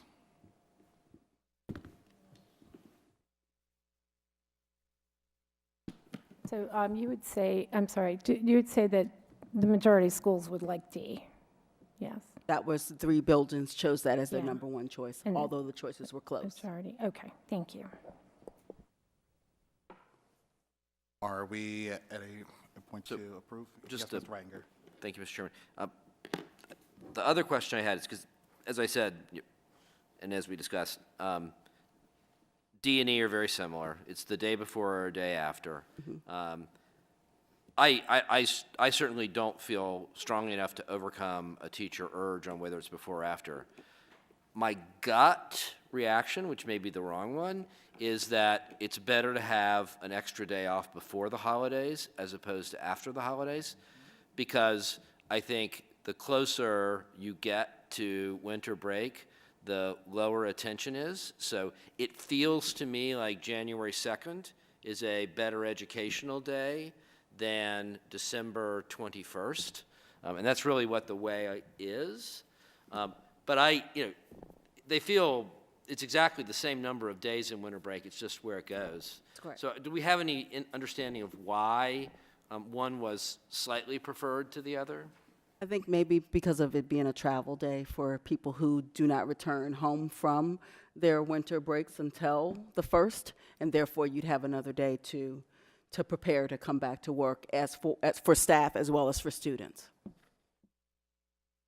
Yeah, I guess my thought with respect to D is, I think the travel day is potentially important. It was this last go-around, where, Monday was our day off and that was our travel day. And I think people can engage in a little bit of self-help on the front end of things and maybe leave a little earlier.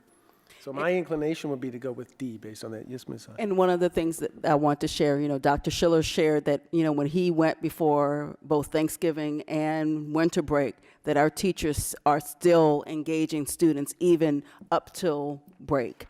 So it probably will not be a total loss if we were to have that school day in December rather than the January.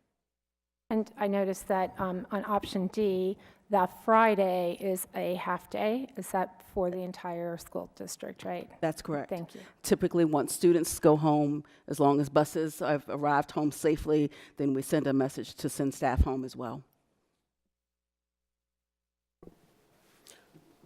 Yes, Mr. Castillo?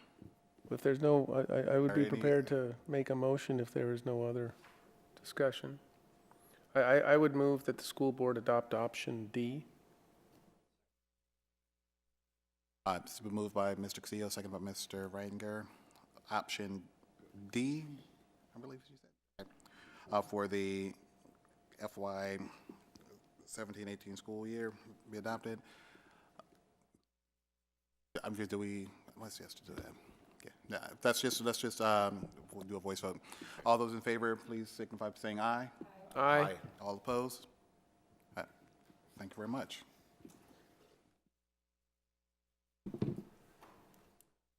Next, are there any future agenda items that will come up?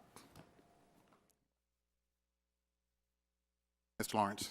Well, 2 things. One, are we going to get back to the student trip policy review that poor Tom Horn started and then sort of ran into a black hole? Because we did say we thought we all thought we needed to do it, and it never got done for a variety of reasons. I think it was just, a bigger ball of yarn than he ever expected. So I think we just need to have an idea from staff.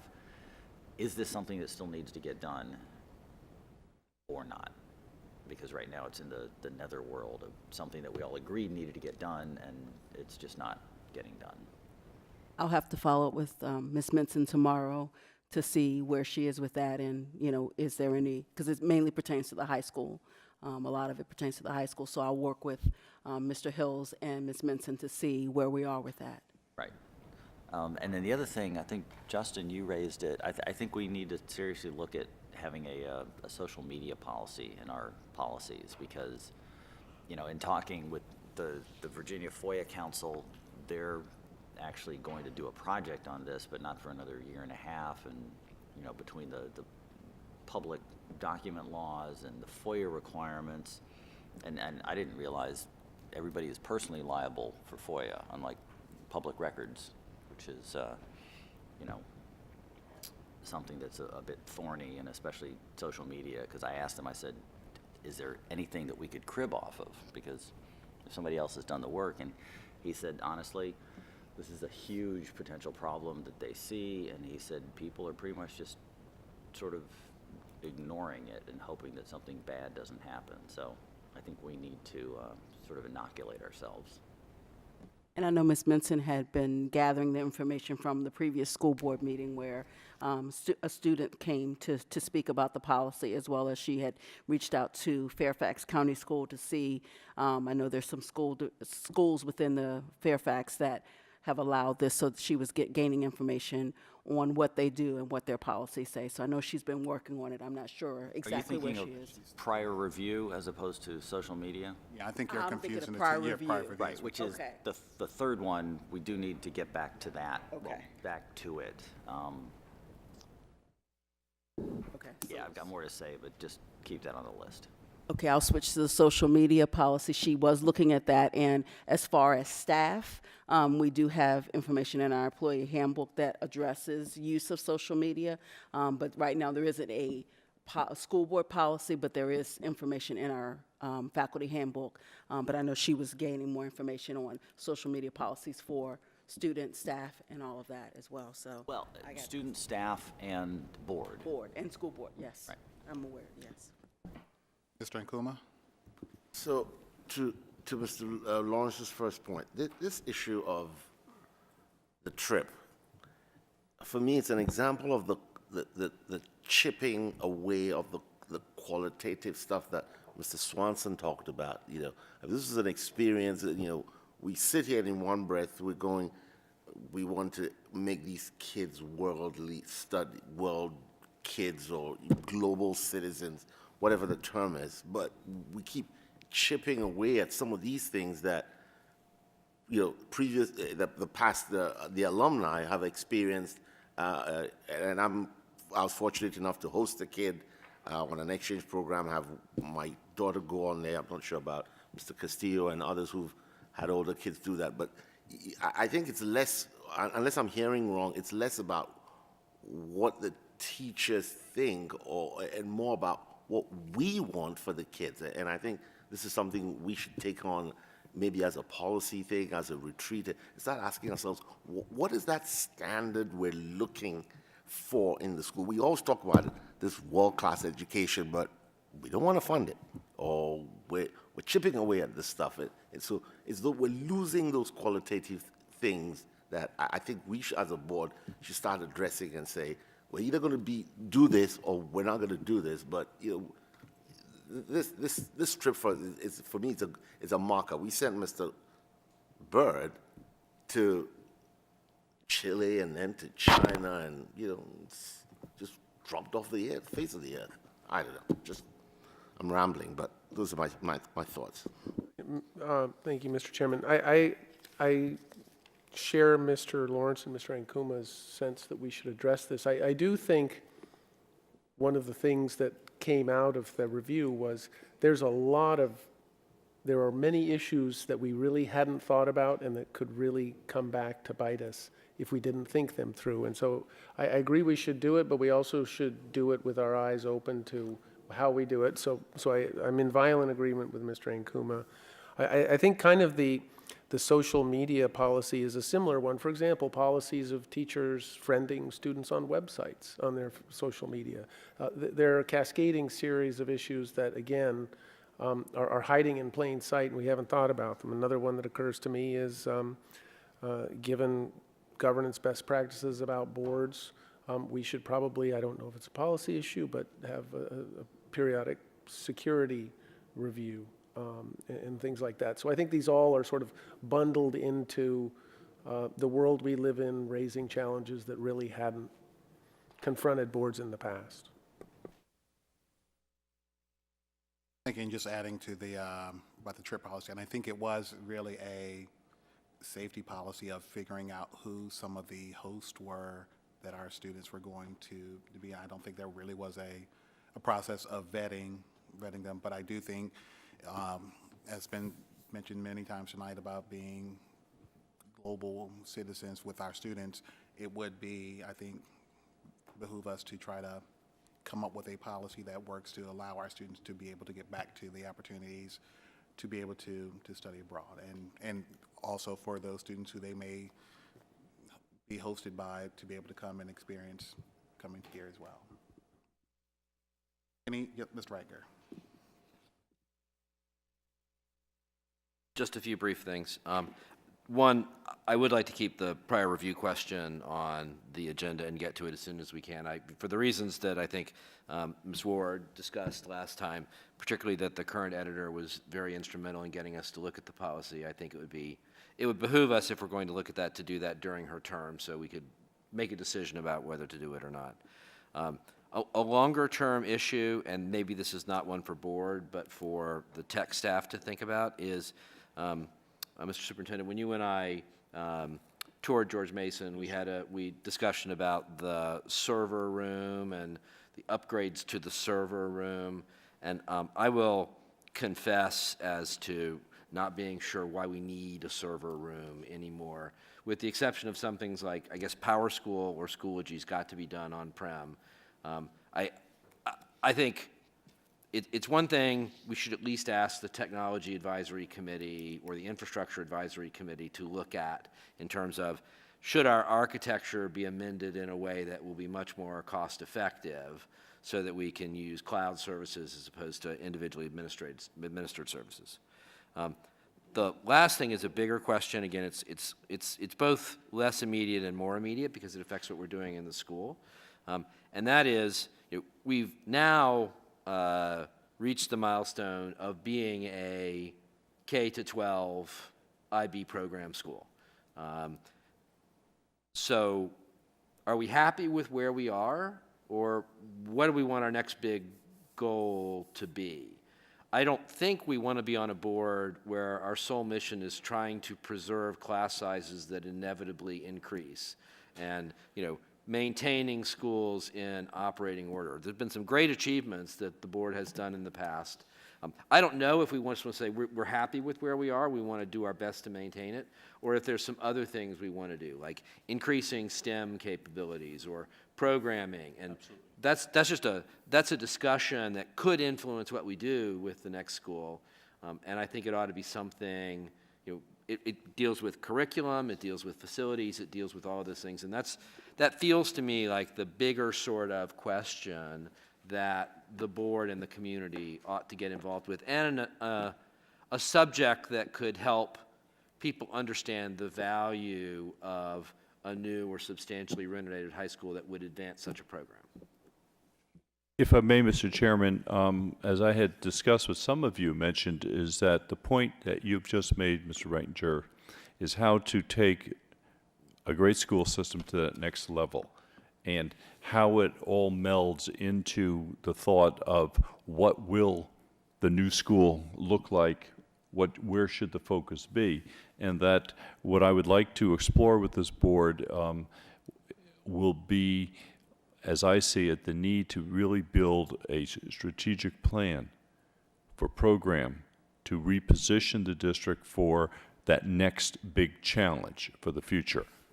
Taking the greatest of what you have and recasting it as to where this board may want to take the program for the future and building that. That'll be something that your permanent superintendent certainly will have a major role in should you decide to go that way. But I do think that that kind of thinking, as it was several years ago to position you to where you are now, will take you to that next level. And that's really the test of the greatness of this district, of how now to redefine what is the next frontier for this district. So I have some thoughts along that line. I could share with you some experiences with it, but I do think that should be on the forefront of the leadership mode for this board. Yeah, thank you, Mr. Chair. I guess the only thing I would say is we shouldn't get too far ahead of our supply lines, and that, with respect to IB, it's kind of that joke that who was it, Zhou Enlai, when asked about the impact of the French Revolution, he said it's too early to tell. And I think with respect to IB, we've got a lot of it. We will not know how successful IB is for 5 to 7 years, if then. And I would also say I do agree. We just hinted at a review of our strategic plan, which I think will be in order, probably when it's a lot warmer and school's not in session. I would say that we probably can do a lot of concurrent development with respect to school program in terms of renovation and/or expansion, and that program. I think we've got some play there. But I agree that we do need to keep thinking about those things. Thank you. Next, would their superintendent report? Lateness of the hour, just let me make 4 points. One, I do want to praise the work that this administrative team did in preparation for tonight. Number two, I want to thank you so much for your attention and deliberations over what you heard tonight. I hope it was a very valuable exercise, and it opens the door for the very difficult decisions that this board's going to need to make in the next few weeks. And again, the last point is that I thank you for this opportunity to be part of Falls Church here for a short period of time. It's been very rewarding for me, and particularly to see the kind of quality of people who support our schools, make them work every day, and those who are frontline interfacing with the students every day. It is a remarkable organization. I thank you for this opportunity to observe it and firsthand to be a little part of that. Thank you, Dr. Schiller. And their board and student liaison comments, and we'll start to my left with Ms. Ward if you have any. I'll switch it up for next time. That's okay. I just want to give my last report on the George Mason Athletic Boosters. You didn't attend any meetings yet, did you? Okay. I just didn't want to duplicate anything. So my last meeting with, as a liaison to the athletic boosters was last month. And just wanted to report on some wonderful fundraising activities the boosters they have in place. The first thing you can do if you want to support the boosters, because they do a lot for our athletic teams, and you can just take a look at the budget and know that we need this group, and they do a really good job. They have contributed so many things as far as athletic equipment and scholarships. But the first thing you do, join. If you like to go to the athletic events, join the boosters. That's a big step in the right direction, and that will qualify you to buy discount tickets. Other ways you can support the boosters, they have 2 dining out events coming up, one in February, and that's going to be at Pizzeria Orzo. The other is in March for March Madness, and that will be at the Locker Room. And finally, the wonderful, ever great mulch sales coming up. Don't forget, buy your mulch from the athletic boosters, $5 a bag, high quality mulch, gets delivered free of charge. You can even get some of those athletes to spread that mulch for you. So I'm just saying, don't go anywhere but the boosters to get your mulch for the spring, and that is going to be early this year. That's in March. So if you have any questions on any of these, you need dates, more information, you can access the George Mason Athletics website and go under the fan shop. That's it. Thank you, Ms. Ward. Mr. Wagner. Thank you, Mr. Chairman. First off, I have not a whole lot to report additionally about the business. BIAC? What's the BIE, sorry. I used to work on the board of an organization called BIAC, but BIE, I've been to one meeting of so far. They're doing excellent things.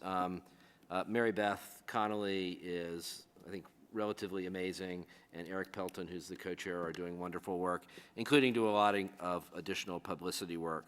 I also attended the SEAC meeting in December, and I wanted to give the board a little feedback. The two issues, and Lisa was there, I believe, and so was the superintendent. The issues that I think are most topical for the board are both budget-related. One was the issue that came up last year, which is health benefits for part-time employees, in particular bus drivers, which I think has been on the board's agenda for a long time and we've never been able to accomplish. Although Fairfax County gives health benefits to every employee who works 25 hours or more a week.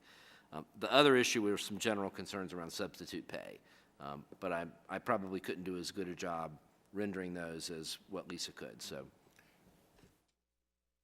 I thought I was told when I talked with the benefits staff member, it's 20 hours or above that we prevent the benefits? That's correct. They get part-time benefits, so it's prorated. What the SEEK members are asking for is part-time staff to receive benefits as if they were full-time staff. So they would pay the same rate as a full-time employee. And I believe, we'd have to double check, but I believe most of the drivers in Fairfax are guaranteed 30 or more hours, and therefore they get those benefits. But most of our drivers range anywhere from 25 to 28 hours a week right now. And then what was this? Oh, and as far as substitutes, we're pretty in line with substitute pay. We may be $1 less for our long-term subs, but we're pretty in line with what we provide for our day-to-day subs, but we can go back out and check that to make sure that we've not missed anything, because we haven't looked at it this year.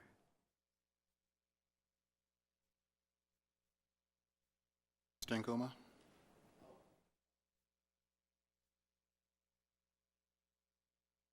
Mike? Wasn't able to make the chamber board meeting this morning, at this meeting at the school.